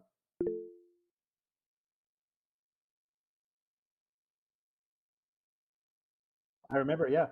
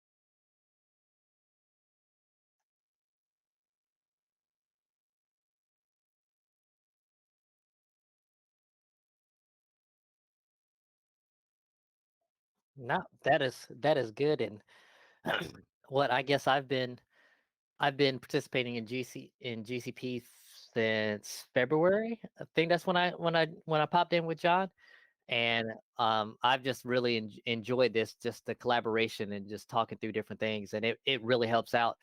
I was doing some automation. The same time John started with the SSL, I was trying to do some automation with Ansible and some configuration, and I had some syntax issues, and just talking through the issues with John, we just kind of broke some things down, and then I was able to figure it out a day later. But just that collaboration is just so helpful and so useful. So you hear different people, and you just get different point of views and insight, and share their experiences, and it just goes so far.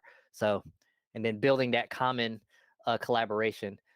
So when you run into other things, it's much easier to just reach into your group and get responses and stuff. So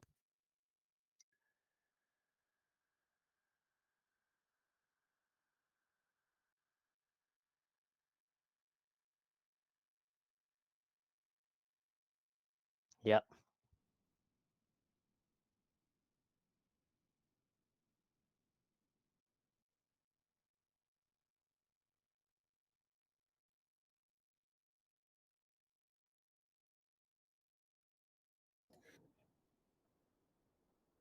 I would probably have a lot of questions.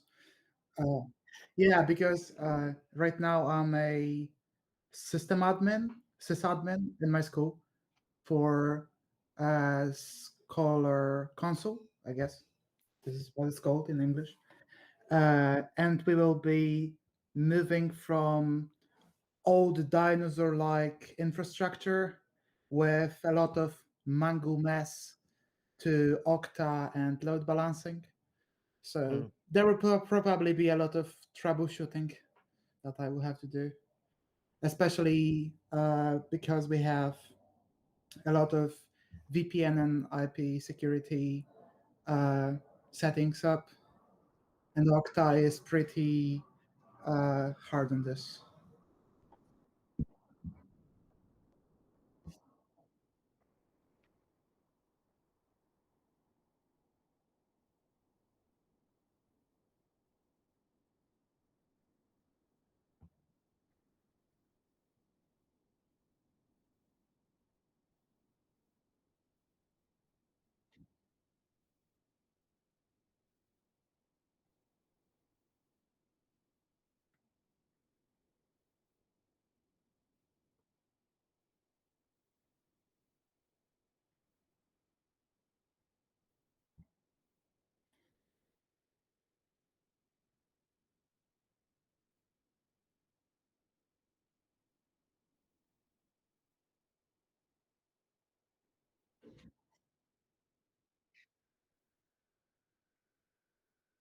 yeah.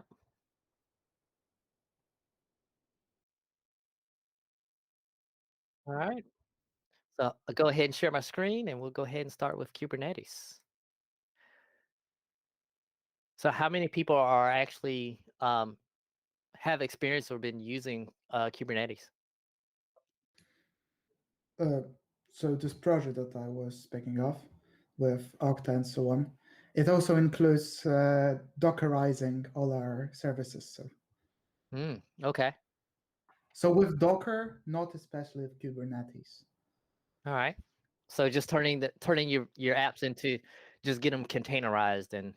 Yes, and it comes from the fact that uh, we have for now 5 year cycle, and after 4 years there is a change of leader, so to speak, or admin. And with Docker, you simply update your image, and you don't care what the infrastructure is. You simply do Docker pull the latest version, and you start a new container, and it works. Yep. Right now, if you want to add a new service, you have to scrap with Nginx, you have to make a new sites available, pages, and so on. And people don't really want to learn it because it's very complicated for 16-year-olds. And with Docker, you only learn like 3 commands and you go on with your Yeah. life. Okay. So I've been playing around with it and just kind of getting the learning and kind of going in and doing the labs and looking at the how the infrastructure sets up. So Docker's getting the containers set up, and then um, Kubernetes to be that orchestration to have multiple containers and have your different applications link in within Kubernetes being that management center. So constantly learning, and there's a whole bunch of commands, and it's a different set from, standing up a virtual machine and then just running everything on it. So, all right. So go ahead and go into the Kubernetes. So should only be 30 minutes. And this is really pretty much straightforward. There's not too much to it. Doesn't give you a whole bunch. But of course, getting started, logins as usual. Setting your compute zone, very important when deploying Kubernetes cluster, that the zone is set properly. Again, for resources. We'll do the command to start off our cluster, looking at the gcloud container clusters create. We'll find out our information there about the cluster and its setup. Kubernetes version. You'll want that of your credentials to actually access your cluster. So we'll call a command to get that information put in. There's a small configuration file that gets put in your gcloud instance to call the configuration. And then we're going to just generate a basic application, just a hello world app. And we'll go through. I'll run a couple of other commands just to show some things you can see about your Kubernetes cluster. After it's deployed, we're going to expose it to the outside world, to the internet, by using a load balancer type and providing an actual external port of 8080.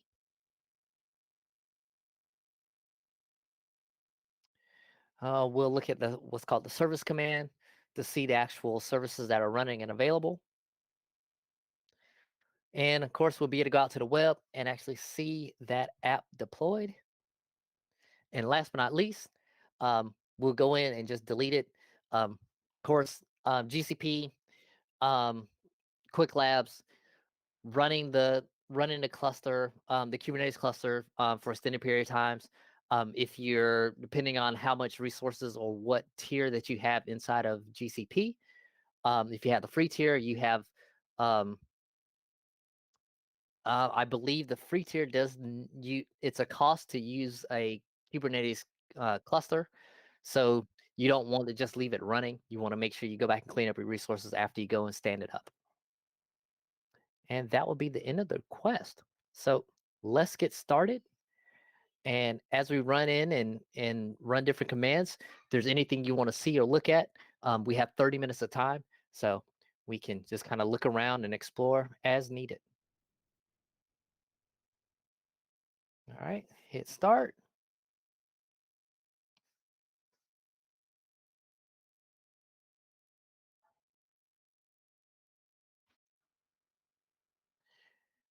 Open up a private window.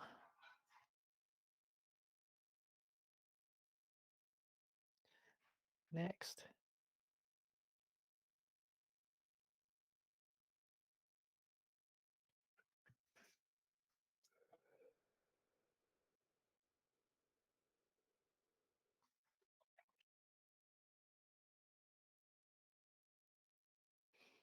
All right, so there's my project.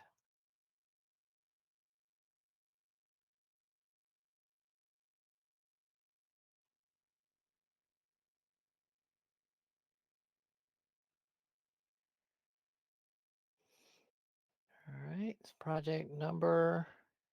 Make sure that's set properly. All right, I'm good there.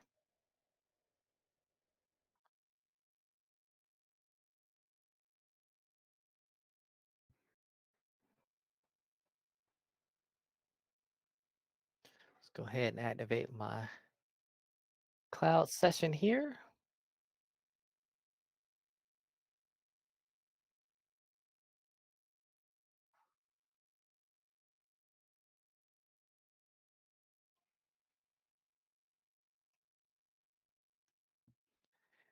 All right.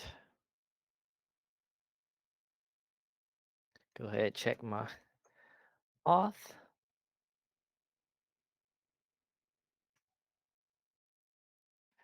And authorize.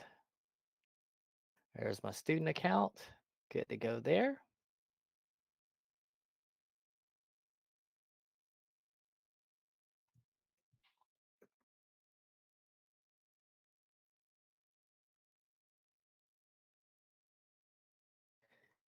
And go ahead and list my project.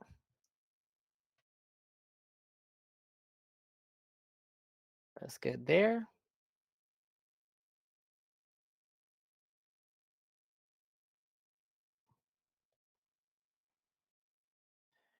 And I'm gonna look here, config list.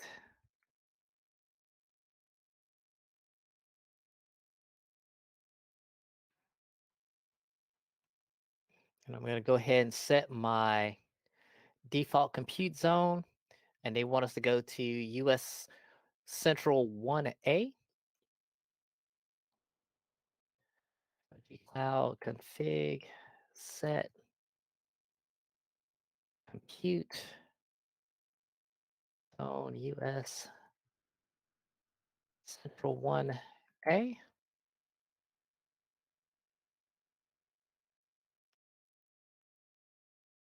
And if I wanted to check that, config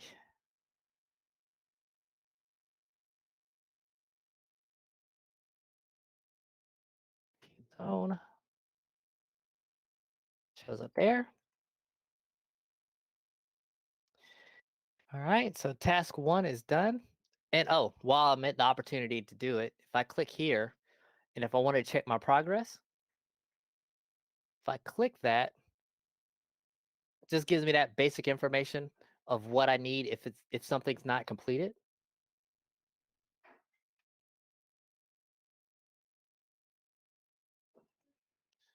All right. So go ahead and create a cluster. So creating a cluster, gcloud container cluster, and then create, and then providing a name. So we're going to use the example, and we're just going to do my cluster. In future labs where containers and Kubernetes is used, they may give you an actual name of the name that they want the cluster to be. That'll be very important because it's going to check the task against that name.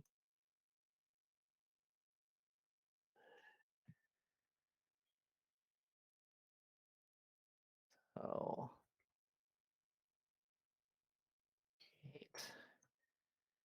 a cluster. So if you've done Kubernetes on your own, maybe Minikube, or in another development environment, you go and you kick off all these resources, and it spins up the Docker containers to launch the Kubernetes, and you just kind of have to wait back. It takes a couple of minutes for it to generate.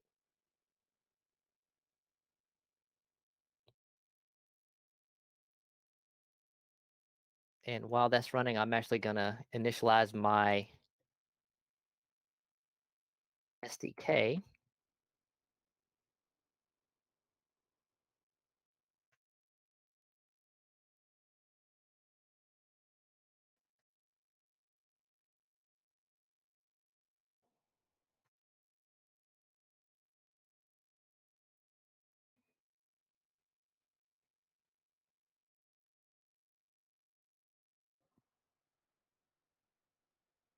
Oops.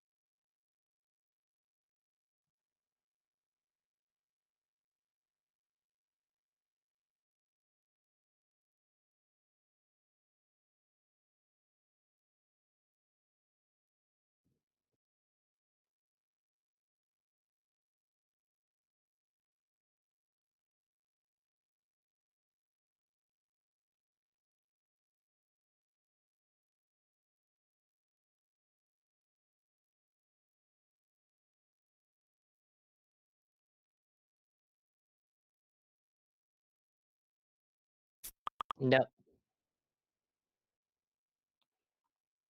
but I say you do have to watch that sometimes. It depends on how you're moving in between them. All right, 60A, that is there. So I can now run same commands whether or not I'm in the console or just use the SDK. I'll just slide that over there and check on the status of my cluster. So cluster just completed.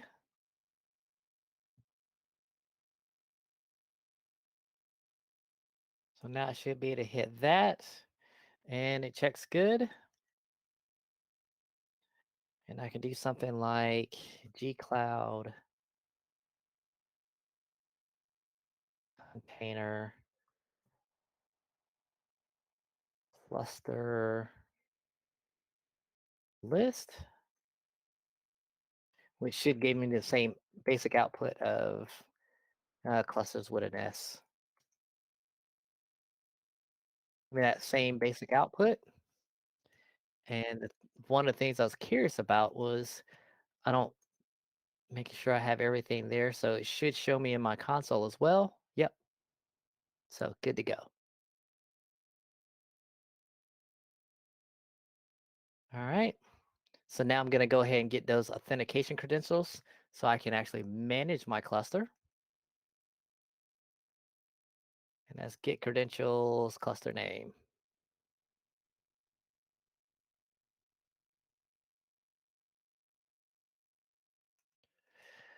So gcloud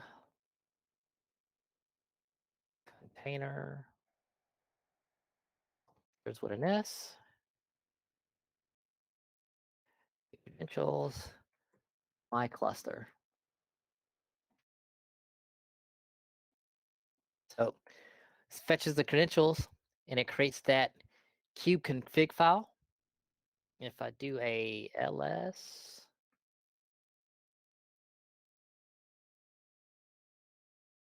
inside of that .config, I believe that's where the config file lives. No.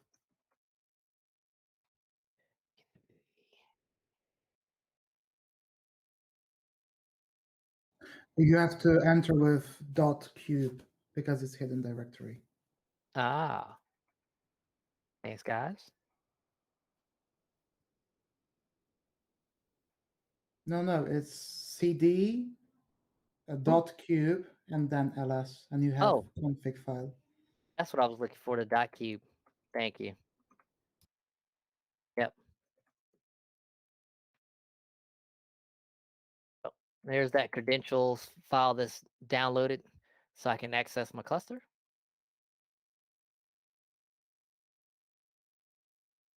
All right. So we've gotten that. Now we're going to do the deploy. And I'm actually going to do this in my SDK because I want to. Actually, I would need to actually set my credentials there as well.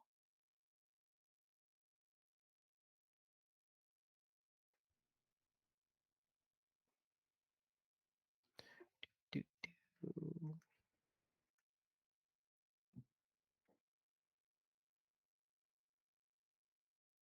I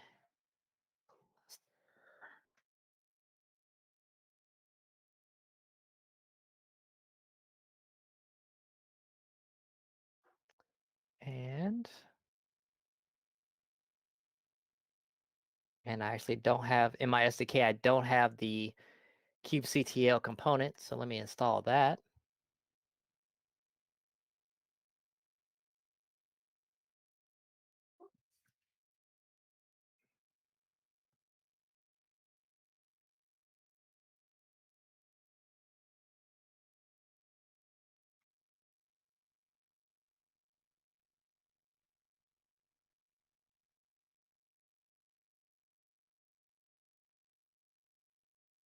Uh, it's more than I want to do.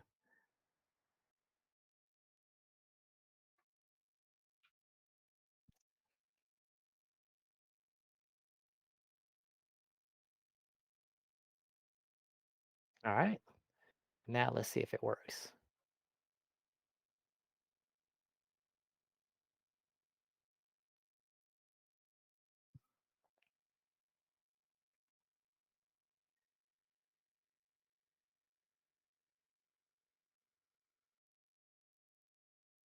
All right. So it says that it's created.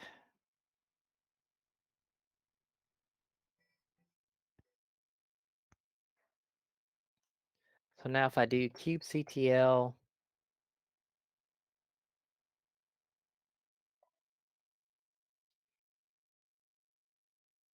what was I gonna do? So it says it's created, and then I can check the progress. Should come up.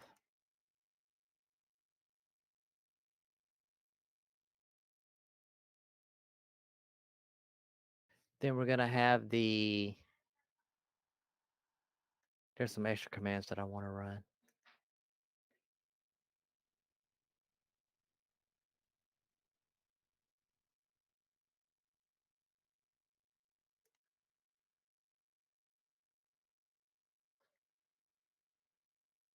Okay. Okay.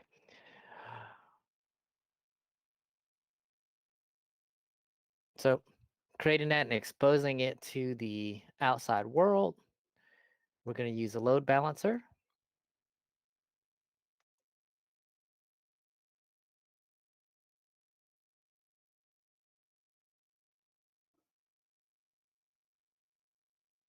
And then we'll check to see what's working. kubectl get service. So it shows the Kubernetes clusters itself and its IP address, and then the actual application, which is the hello server. And we're using that load balancer to its external IP address. Well, it's getting its IP address. It should come up here shortly.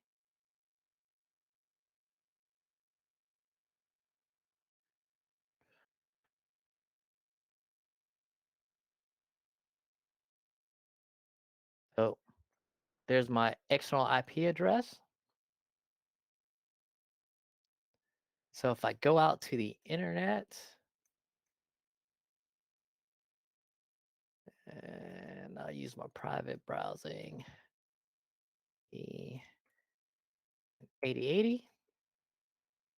There's my hello world. And if I wanted to, if I look at the Kubernetes engine, so even though this isn't in lab, this is something that I just like to do. So I can go and look here.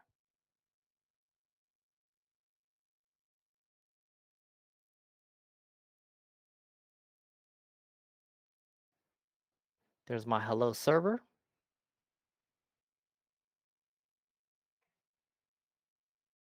So everything we did from the shell, we could actually go and we could run it here and do the configuration if we needed to.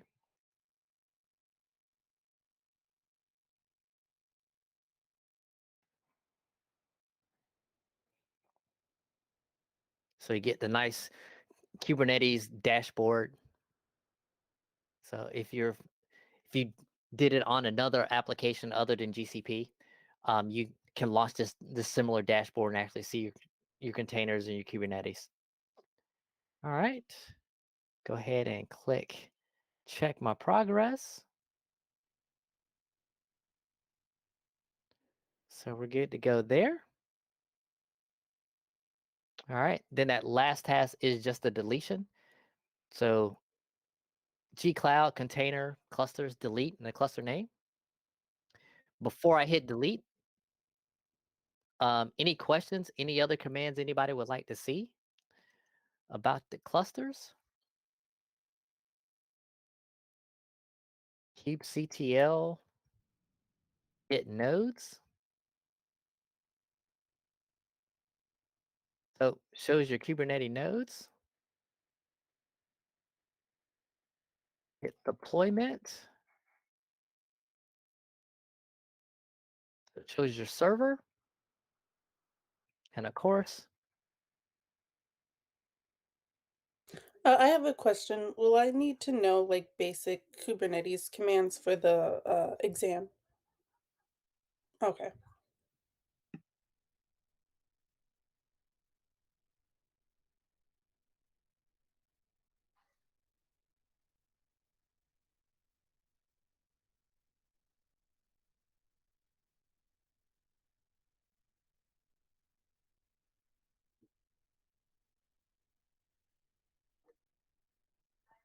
yep, I think there's a future lab where you go and you do some Kubernetes.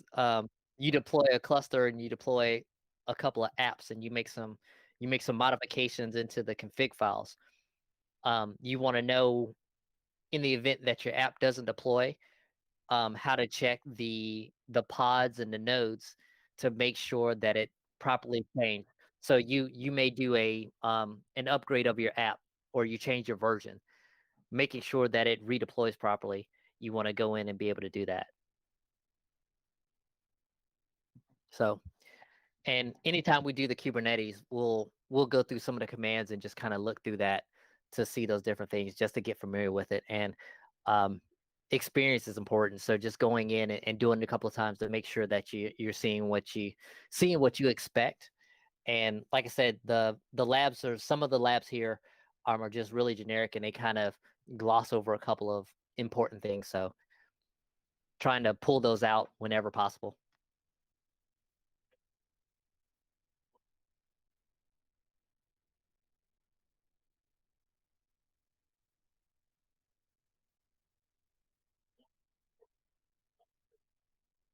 Yep.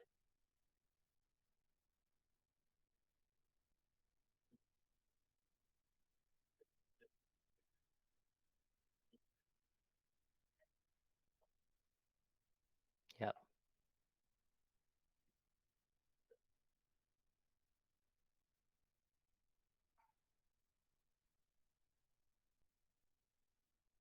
Right here. Yep.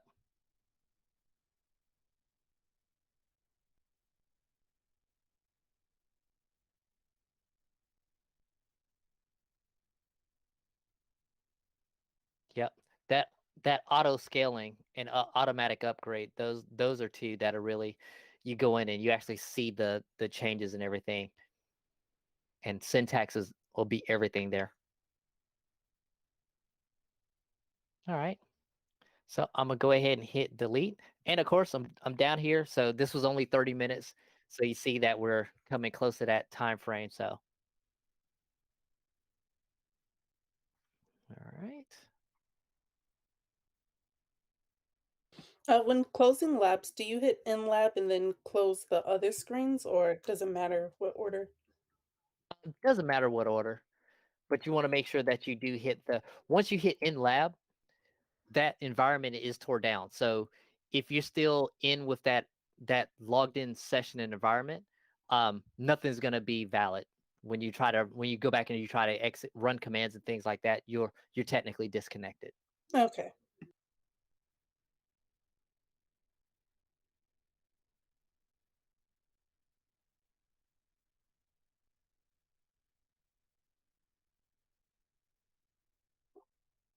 All right.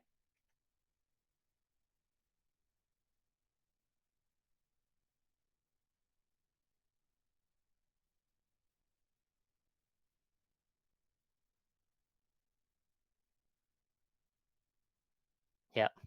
Yeah. As we get more complicated, there's going to be like more list of tasks and things and kind of more helpful tips. So we're still kind of in some of the generic. I think the next one, which is the load balancer, I think there'll be more in that one. All right. I'll say goodbye to my cluster.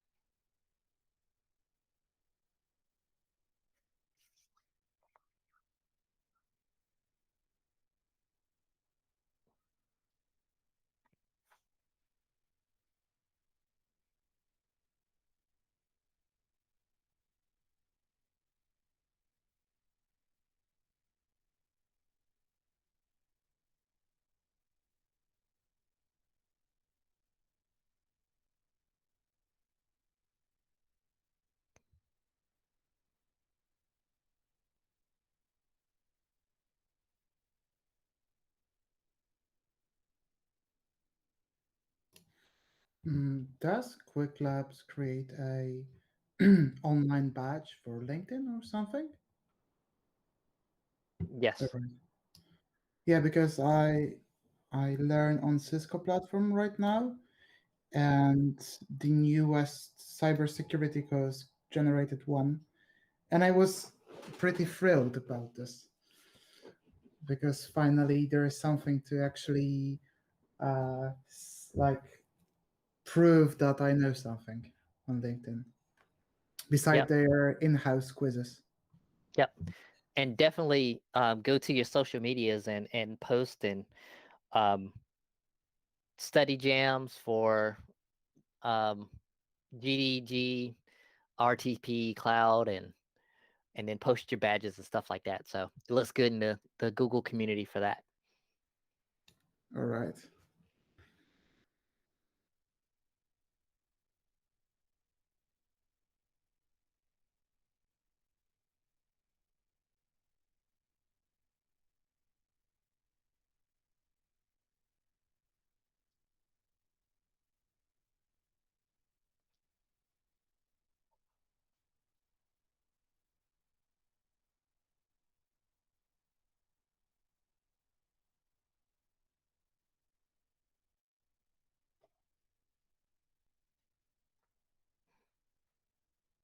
And I'll say share your experiences too. So if you go back and you do some of this on your own or rebuild a Kubernetes cluster and you see some interesting commands that we may not have talked about, feel free to share those experiences um, either next week in the group or on the Slack channel.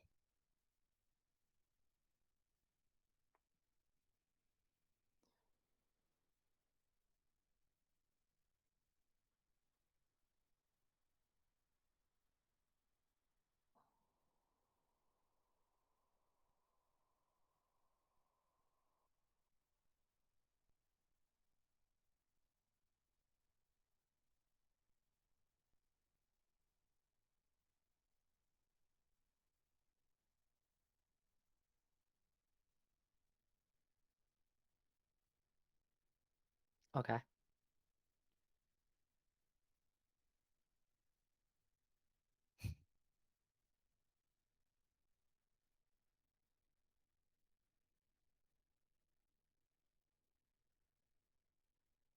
Yep.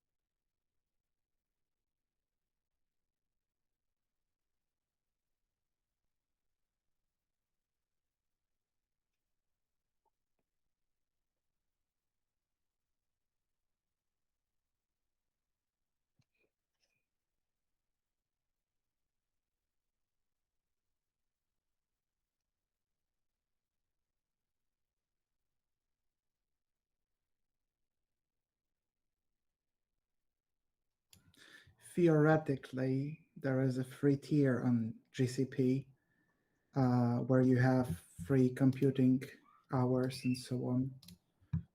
So theoretically, we could make up our own labs when we're out of.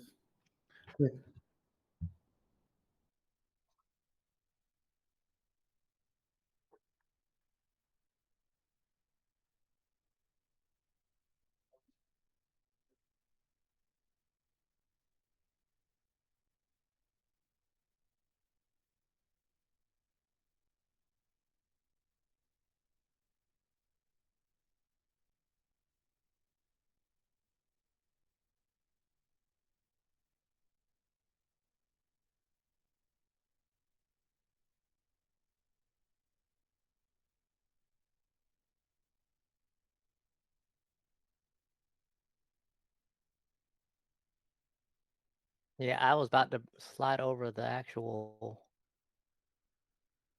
free tier.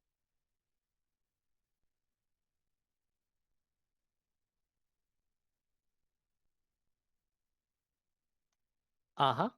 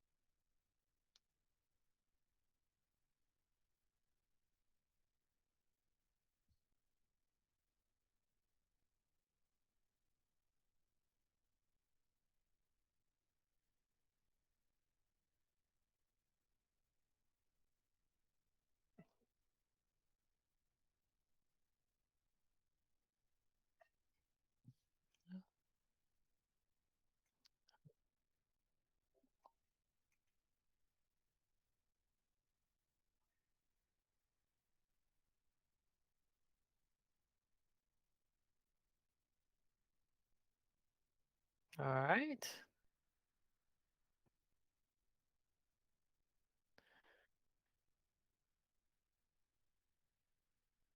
So that is there. Yep. So this is the setting up the network and HTTP load balancer.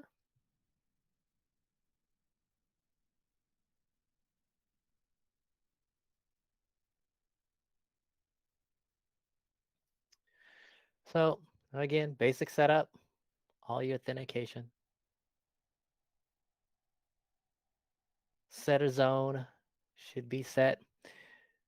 We're gonna go in, we're gonna do a little bit of a script where we're gonna build a web server on 3 different instances, noting www 1, 2, and 3. We'll set the firewall rule, and we're gonna put those guys in a group. We'll check the IP addresses, make sure they're running on each one. We'll set up the load balancing service. We'll set up a health check to make sure that each one of the instances has the web server is actually working properly. Then we'll create that pool. So we'll put all the web servers in that for the checks. So create the pool, create the targets, adjust the firewall rule for the actual pool itself. Then we're going to have a check to make sure that the instances are working properly.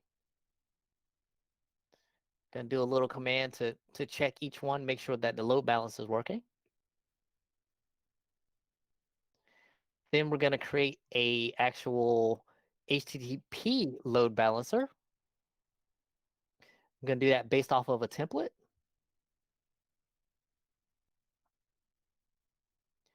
Create that manage instance group again. We're going to send some IP address ranges to it.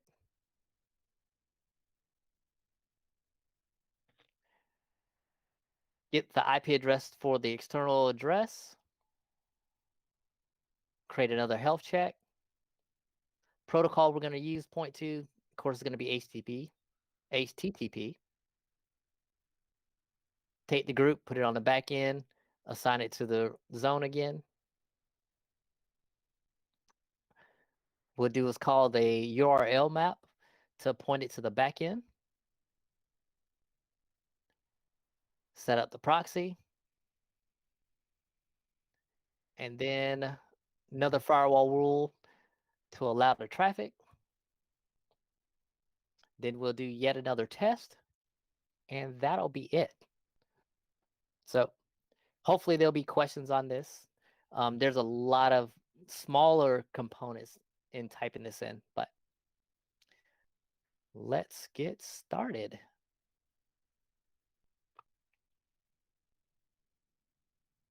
Uh-huh.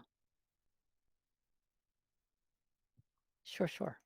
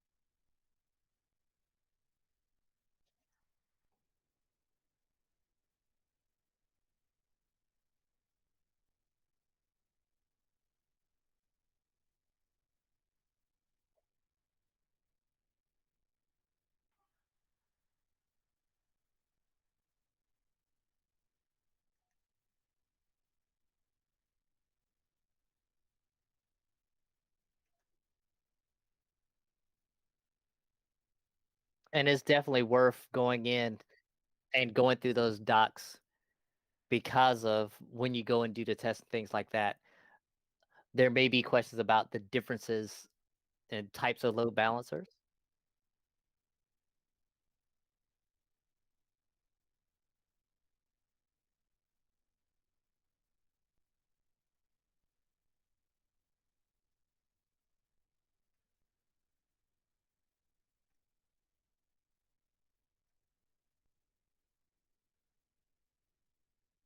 All right.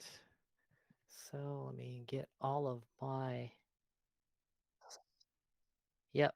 Let's make sure I get all my little previous docs and everything ready. Yep. All right. Ready as I'm going to be. Close this out.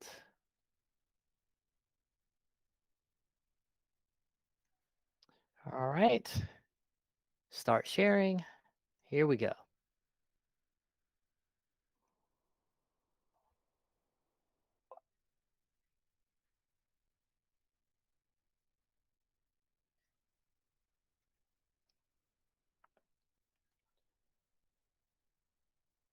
And also, if you notice here, there is this student resource. There's a video that you can watch on this presentation as well of the setup of network and HP load balancers and GCP.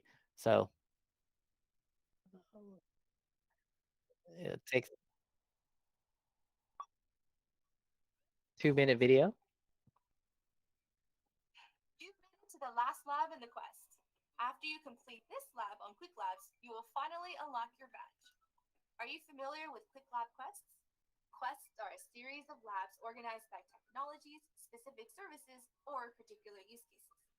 There's no need to complete an entire quest in a single sitting, but by completing each individual lab in a quest, you can earn badges that reflect your newly acquired skills.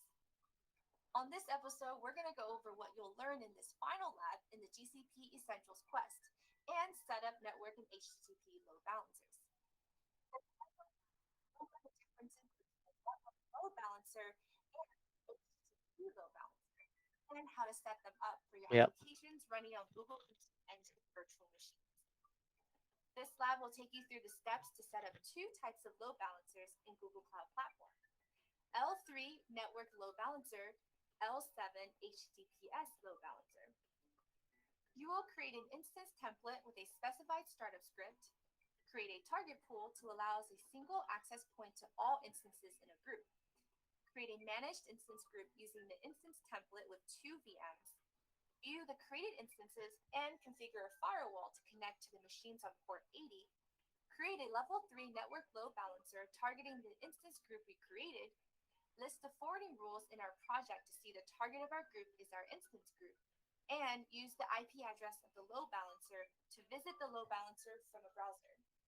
In the remainder of the lab, you will also create an HTTPS load balancer. Is this it? Is this the last lab on your quest? Congratulations! We want to hear from you. Tell us about your experience following this Quick Labs quest and how you're applying what you've learned in your own applications in the comments below. See you next month when we'll embark on our next quest, Baseline Infrastructure. Okay. All right. Now let's get started. And maybe to add up to this video, I'll link a YouTube video with description of level 4 and level 7 load balancing, if somebody's interested in difference between those two. Great. Thank you.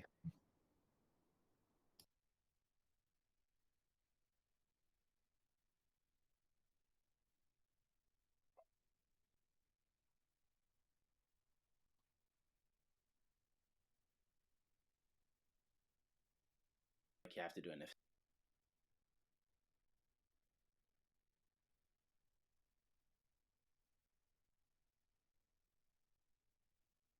All right. Get my private window going.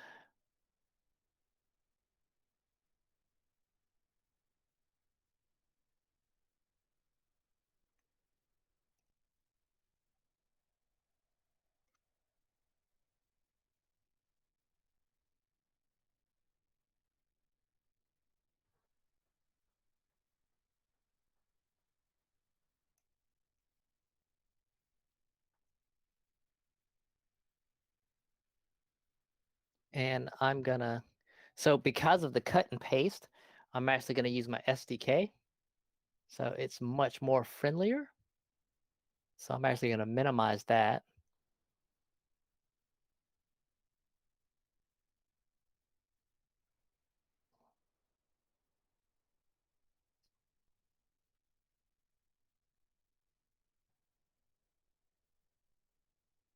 I can.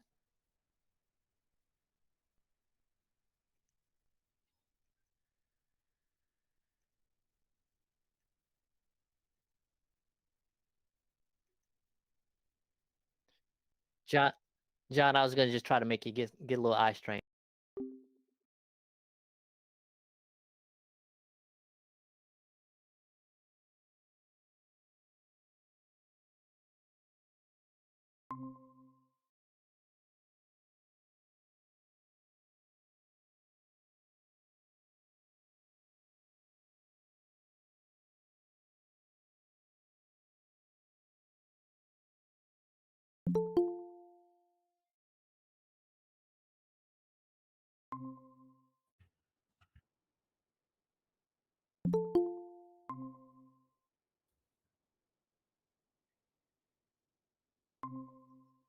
I think we were having too much fun on the last one, and we didn't weren't paying attention to the last minute there.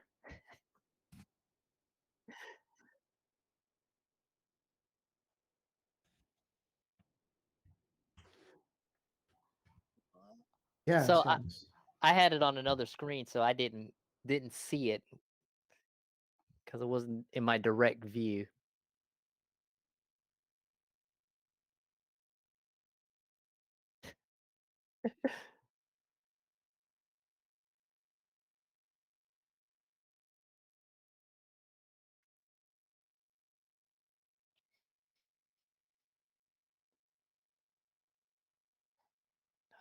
3. So 2. And my project is 1D. It's just 4.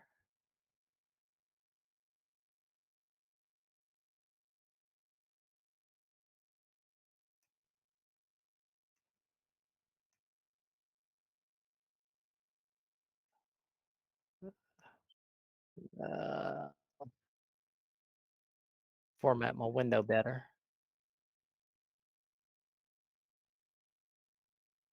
All right.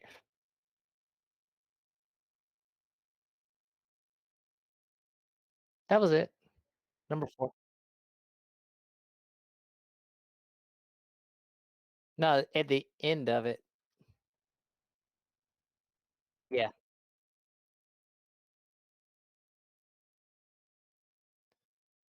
All right. So we're there.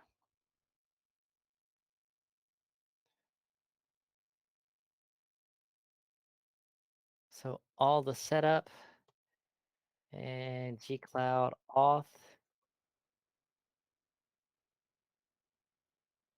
list.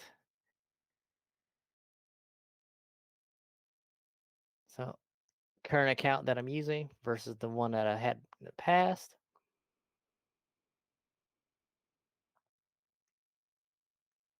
Go ahead and set my region.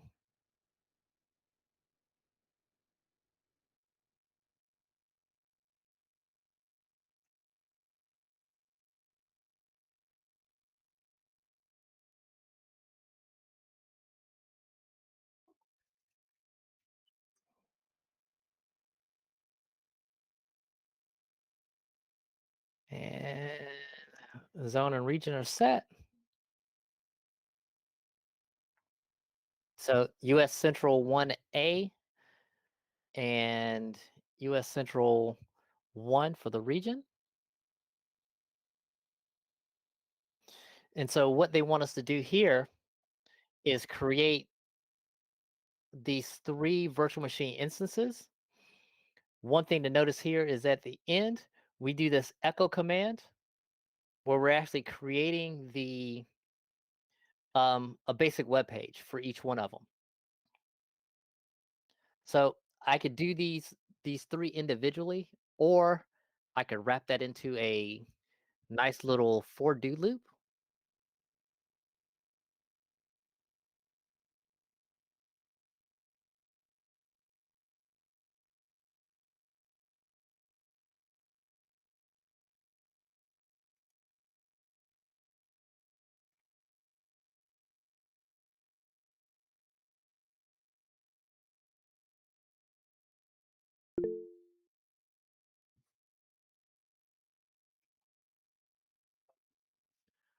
So just post it in the chat there, just a for do loop on easy way to do that.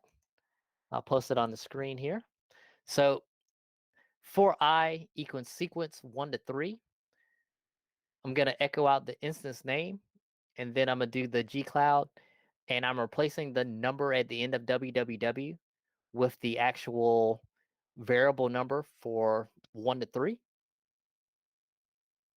And another place that I do a replacement is inside the text of the web page. So now I'm just creating the 3 instances just in a loop instead of 3 different cut and paste commands. So little shortcuts here and there.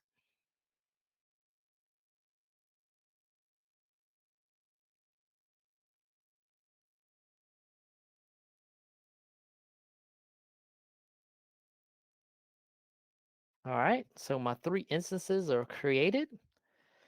So if I do a gcloud compute instances list,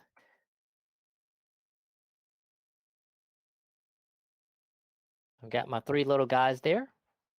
So ww1, 2, and 3, their IP addresses and their external addresses. So next thing we're going to do is create that firewall rule. And note that we're referencing a tag of network lb-tag, and that was also in the creation of it of the VMs.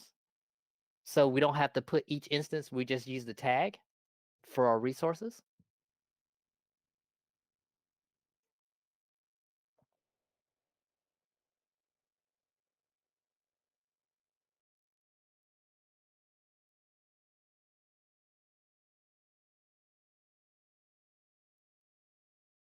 So our tag is created, or I'm sorry, our rule is created.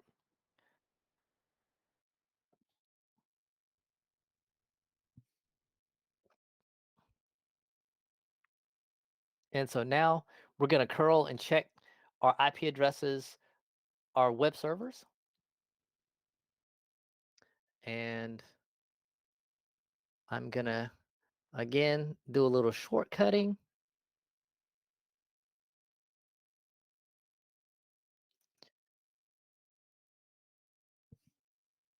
So curl the internal address.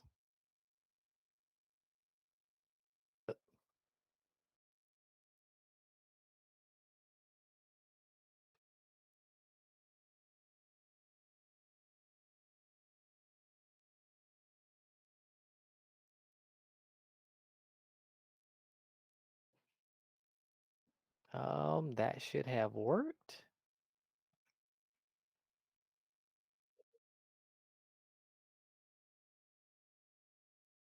Let's see.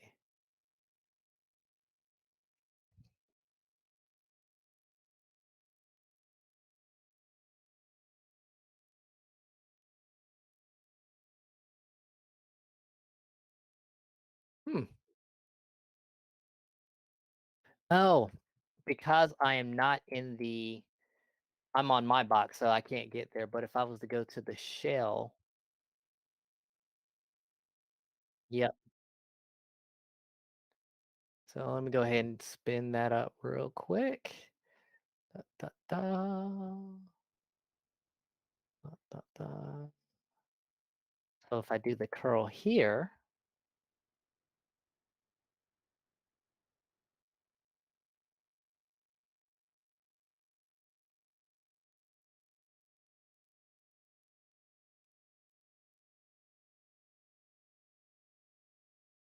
interesting.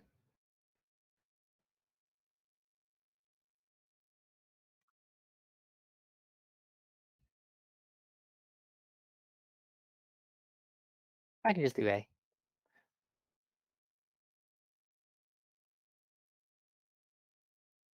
Yeah, I don't. Huh, that worked the other day. Oh well, I won't troubleshoot that today. So the external address, oh, they're not going to show that here. Yeah. So that should be the external address is what we want to get for the IP. All right. So this should be my first check. It says it's complete. And if I wanted to do, if I wanted to check all three, let me see if this works. I made a note of this.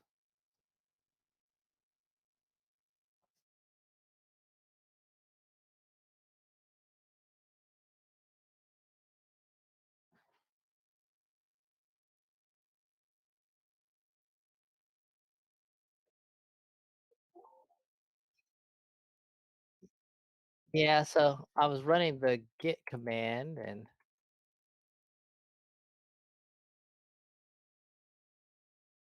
and then what I want is the second to last field. So field 5 should be the external IPs. Yep. So gcloud compute instance list, piping that into tail minus n plus 2. So that eliminates that first line. And then awk print 5 or field 5, which is the external IP address. So if I do that, and then I take that into a loop,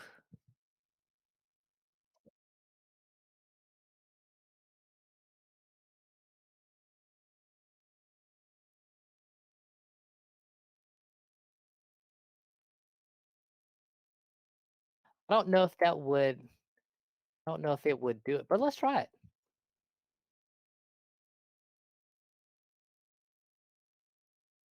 Ooh,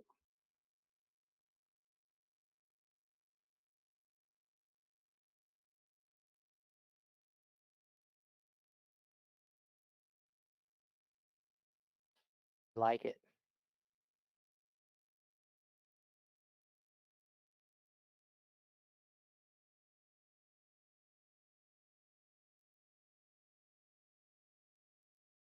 Can that be execute?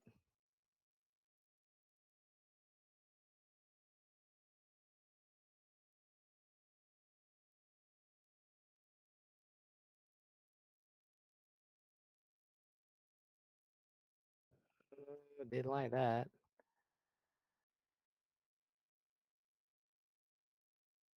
So take exec out.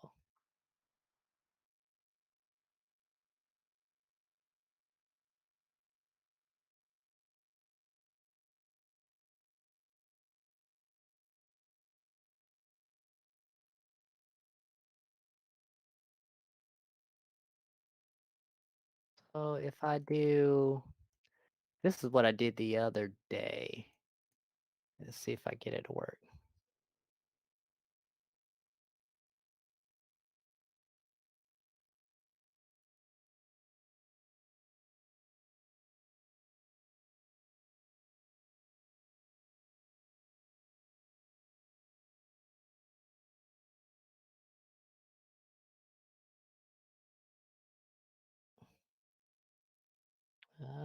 Didn't like that.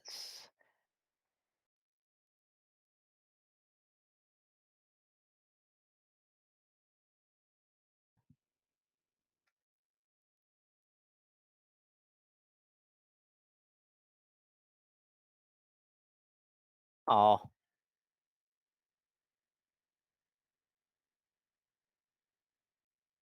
okay. Well, so yeah, something wrong with my syntax there. I'm not gonna system date. Yeah, I'll go back and play with it, and I can post that back later. Okay, so we're there. We have it. Let's create our load balancer. So our load balancer, um, network load balancer IP1, and then we're gonna assign it to our region.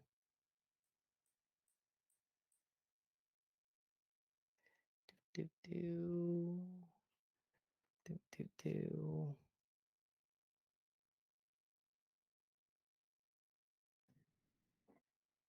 And we expected output. And we're going to do the legacy um, basic health check.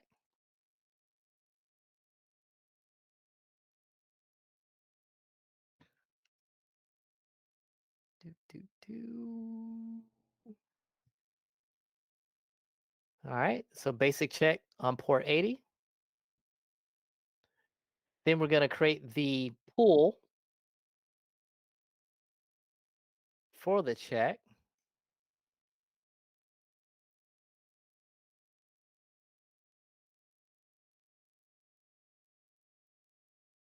So the pool is just a list of systems that we're going to use to run the check against. And then we need to add our instances into the check. So G-Cloud Compute target pool, add instances www-pool, and then the instances, and those are the instances names that we have, www1, www2, www3.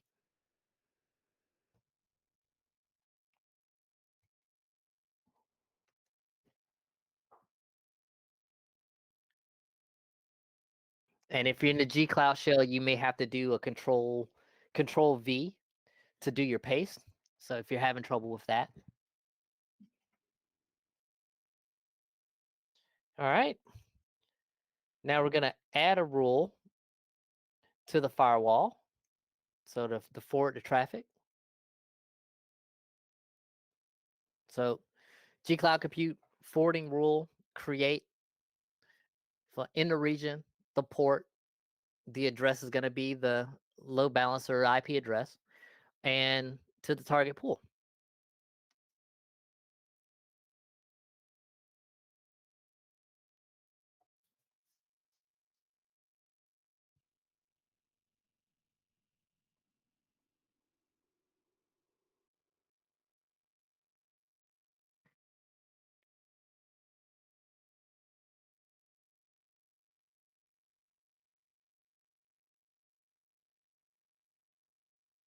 All right. And then if something you wanted to check here in G-Cloud Compute,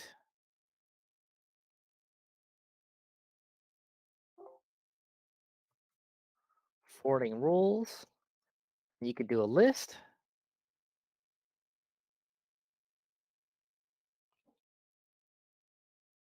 Just to make sure that it's there. So there's that target pool, and there's the rule that we set up.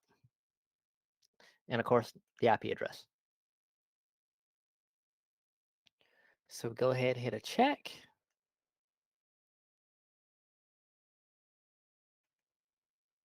That was a good one that I should have clicked on it first.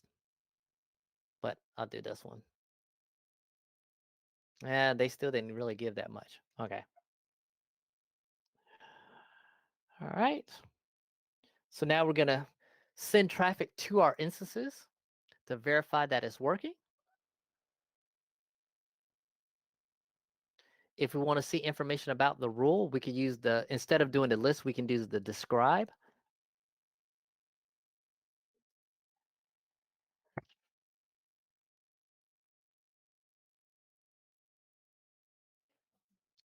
So information about the rule, IP address,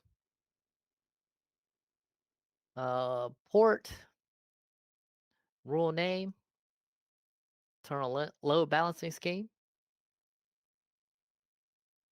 region, the target. All right. And then just a basic curl command to hit that external IP address.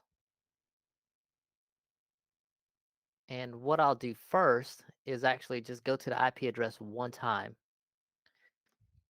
So if I do a curl -m1 IP address,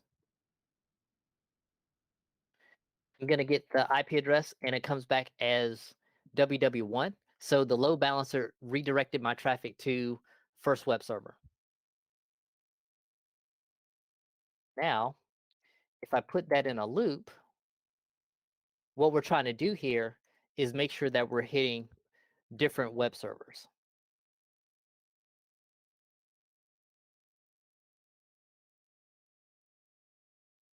"35, 202, 17, 120." If I can hit Control C. So you see here, as I'm hitting the different servers, I'm getting different IP addresses. So that's the load balancer redirecting the traffic.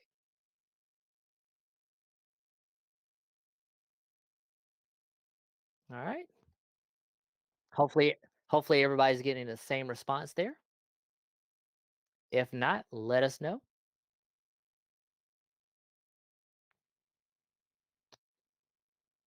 All right. So now we're actually going to create that HTTP load balancer. We're going to build out this template.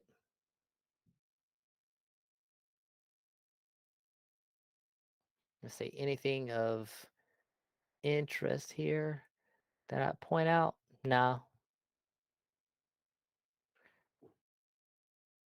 I will point out this metadata startup script. So after the instance is deployed, it's going to call out these commands.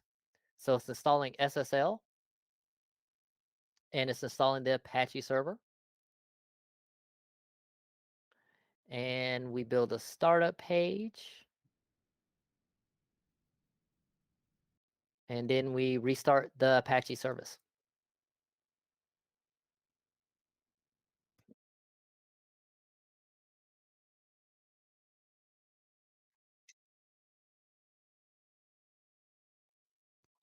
It was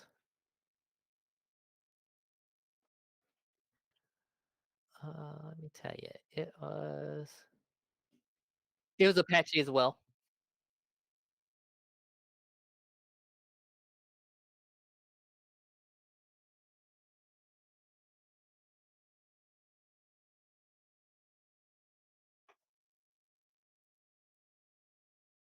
Yep. Yep, that's the difference. So last time we did each one individually, or I wrapped them into a loop. But if we had a template, you just call it the template. All All right, so go ahead and create the template.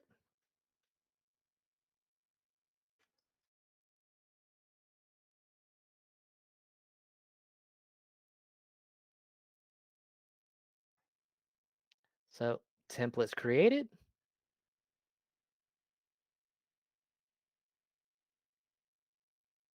And now I'm gonna create a managed instant group based off the template.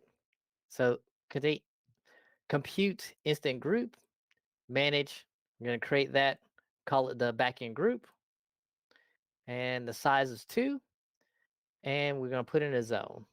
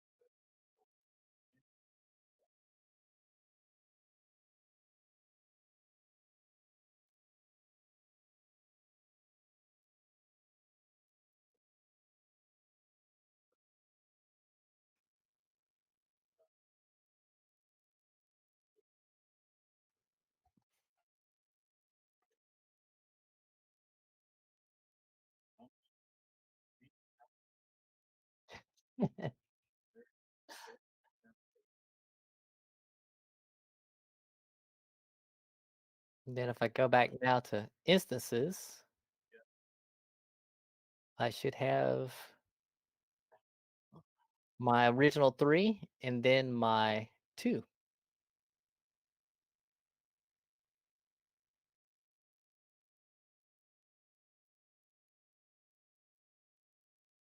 All right.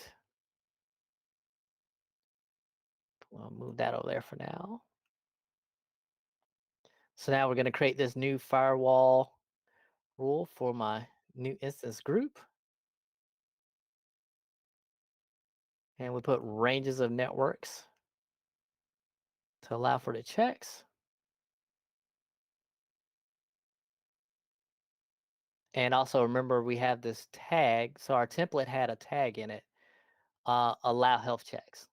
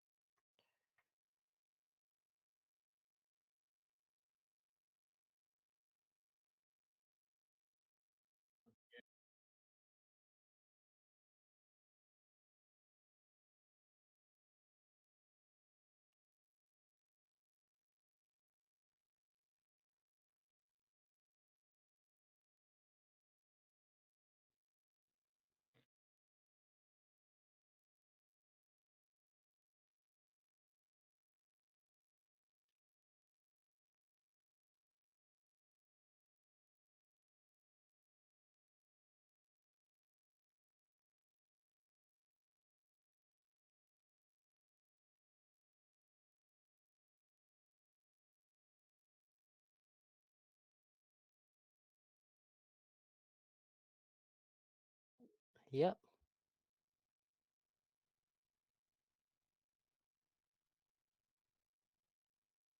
All right. So moving on, we're going to set up.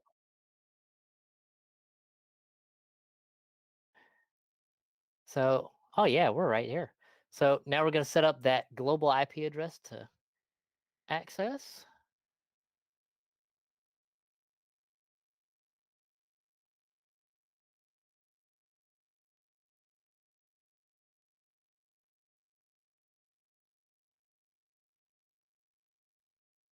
Yeah, this is the IP address we're going to use externally to hit the load balancer.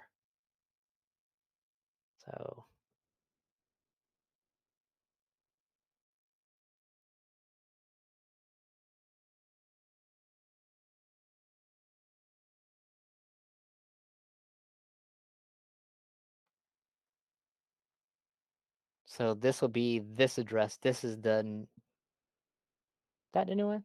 No, this one. This is the new address for the second load balancer that we just built.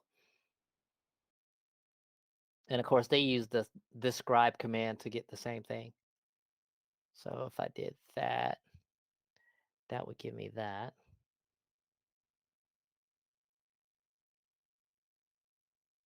So if I just wanted to get the IP, and then now we're going to go ahead and create the health check.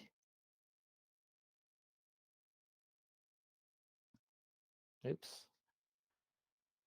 Control C. Copy. No, I had that.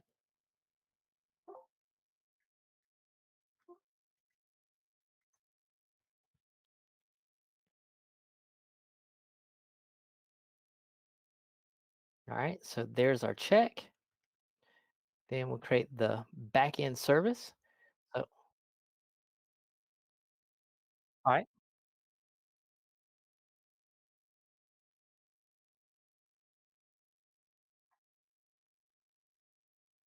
if I go, you want me to type it here?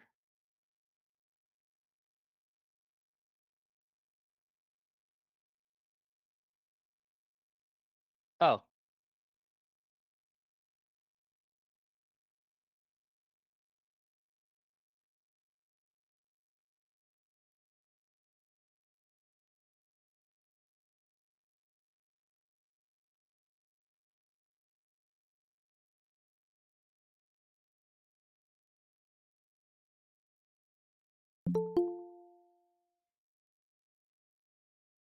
yes.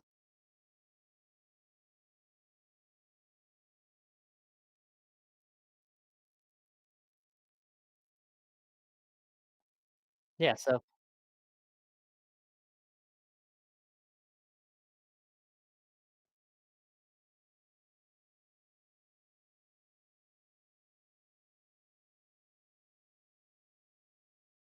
and I still spelled it wrong.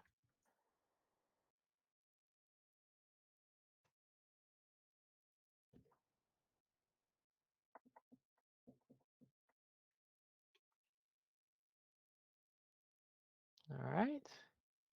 So backend service.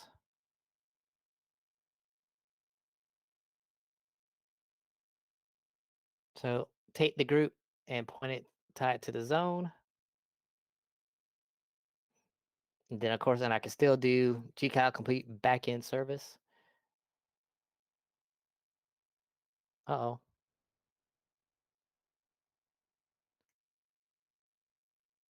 Oh, I missed one. I skipped a step.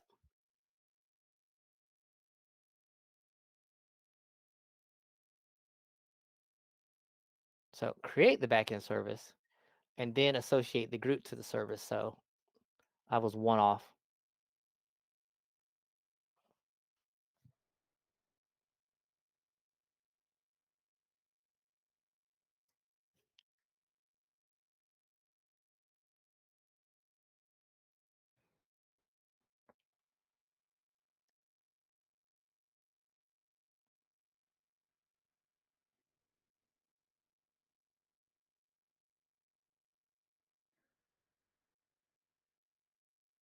All right, now create a URL map to route the incoming request to the backend service. Which would be this one.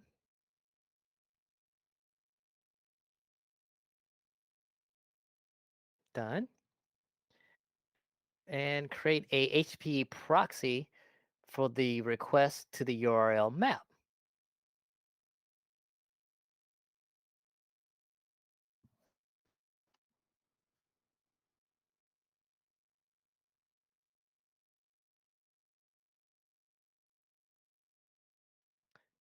And last but not least, firewall. So allow traffic to actually happen.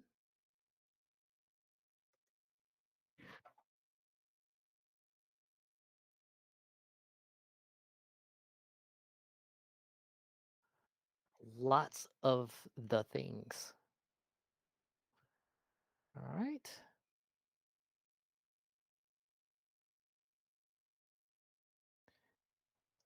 And if all of those steps put together, we now have our HTTP load balancer.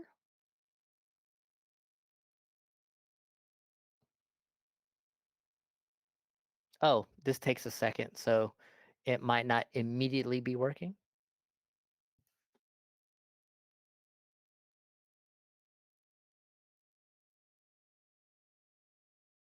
For me, it took like 2 or 3 minutes. So Yep. They don't tell you that here, but yeah.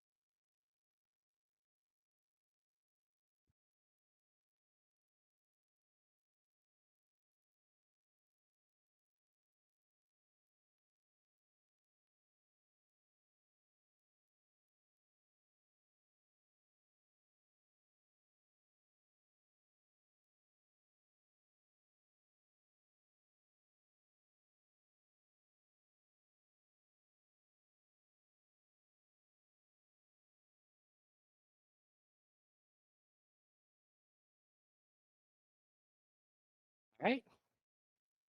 So being served by group. So service had to come up, everything had to get applied, and now it's there. All right. So now, and they're going to have us actually do it from the console. Well, go into the console and get the IP address. Let's do that. Da, da, da. Da, da.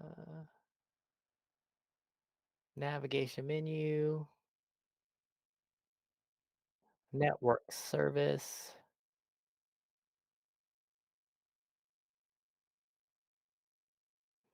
and we look for our web map. So we show here is showing that it's green and it's healthy. Gonna tell us what our IP address was, which we got from the console. And then I can either do the curl or I can hit it from the web.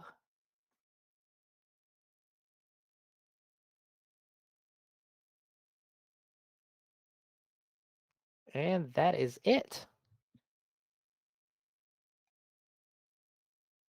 We did it. Oh, John, I Yeah. now discovered something. When you were talking about this trick to print this lab, there is a faster and much more use like s- s- uh, if you simply uh, like select all the text, including the parts in code block.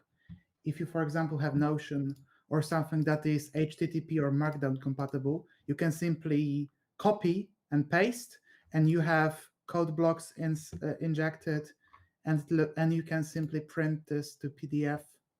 And I can this lab export to PDF and send on the chat so you all can see how this looks.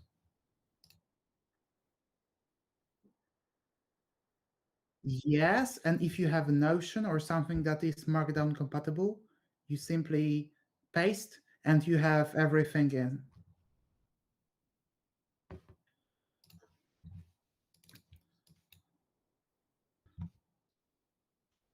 So it would be export to PDF, export,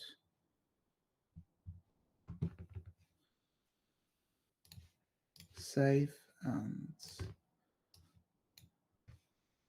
can I? Share? Can I share files in here or no?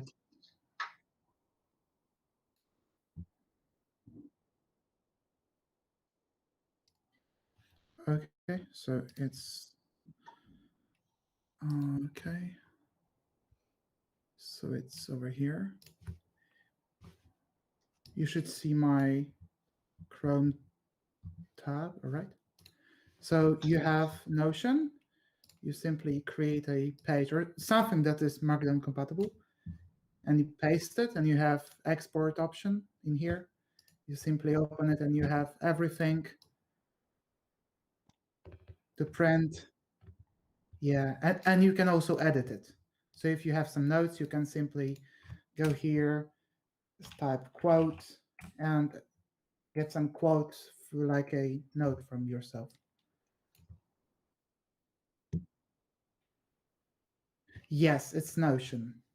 So it's like it's mainly for documentations and so on, but you can use it as your personal notebook, uh, to-do list. For example, I used it for studying to Cisco courses. So, for example, if you have OSPF, you have materials for SPF and so on, and you can export everything to PDF and print for yourself. Cool. So I highly recommend this tool. It's Notion SO. So I'll link this in the chat.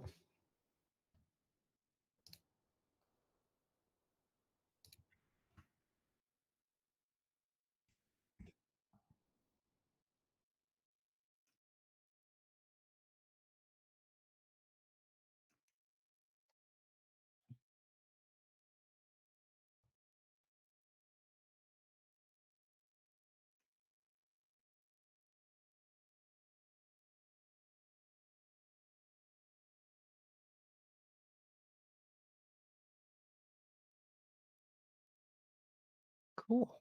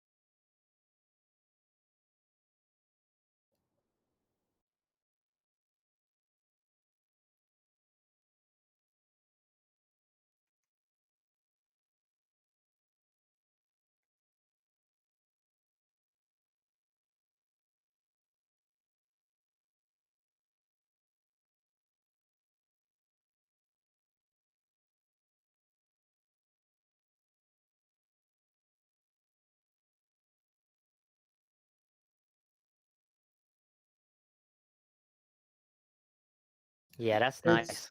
it's especially like user friendly because you don't have to understand Markdown or anything. You simply type slash and thing you want to inject, and you have a list of things that uh, can be supplemented this name. So yeah, it's really user friendly, and also you have a personal plan to which you can share to web. So you can make your own wiki, which anyone could uh, access from any device. Yeah.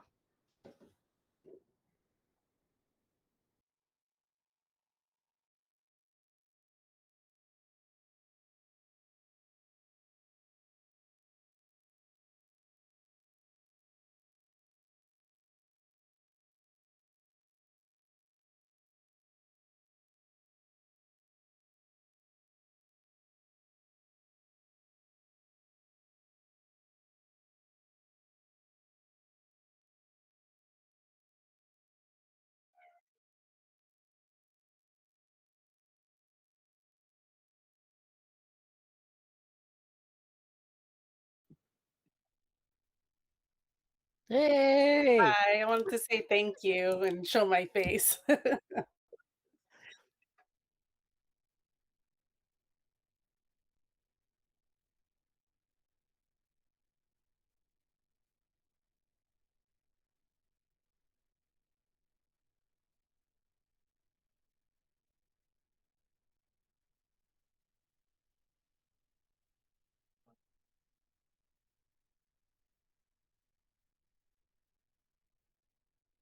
Yep. And feel free that if you want to go ahead and give it a try before next week, as you're going through it, if you have any questions or anything, post in the Slack channel, and we will jump in and help out. And yeah, we'll do this again next week. Thank you everybody for showing. Really appreciate it.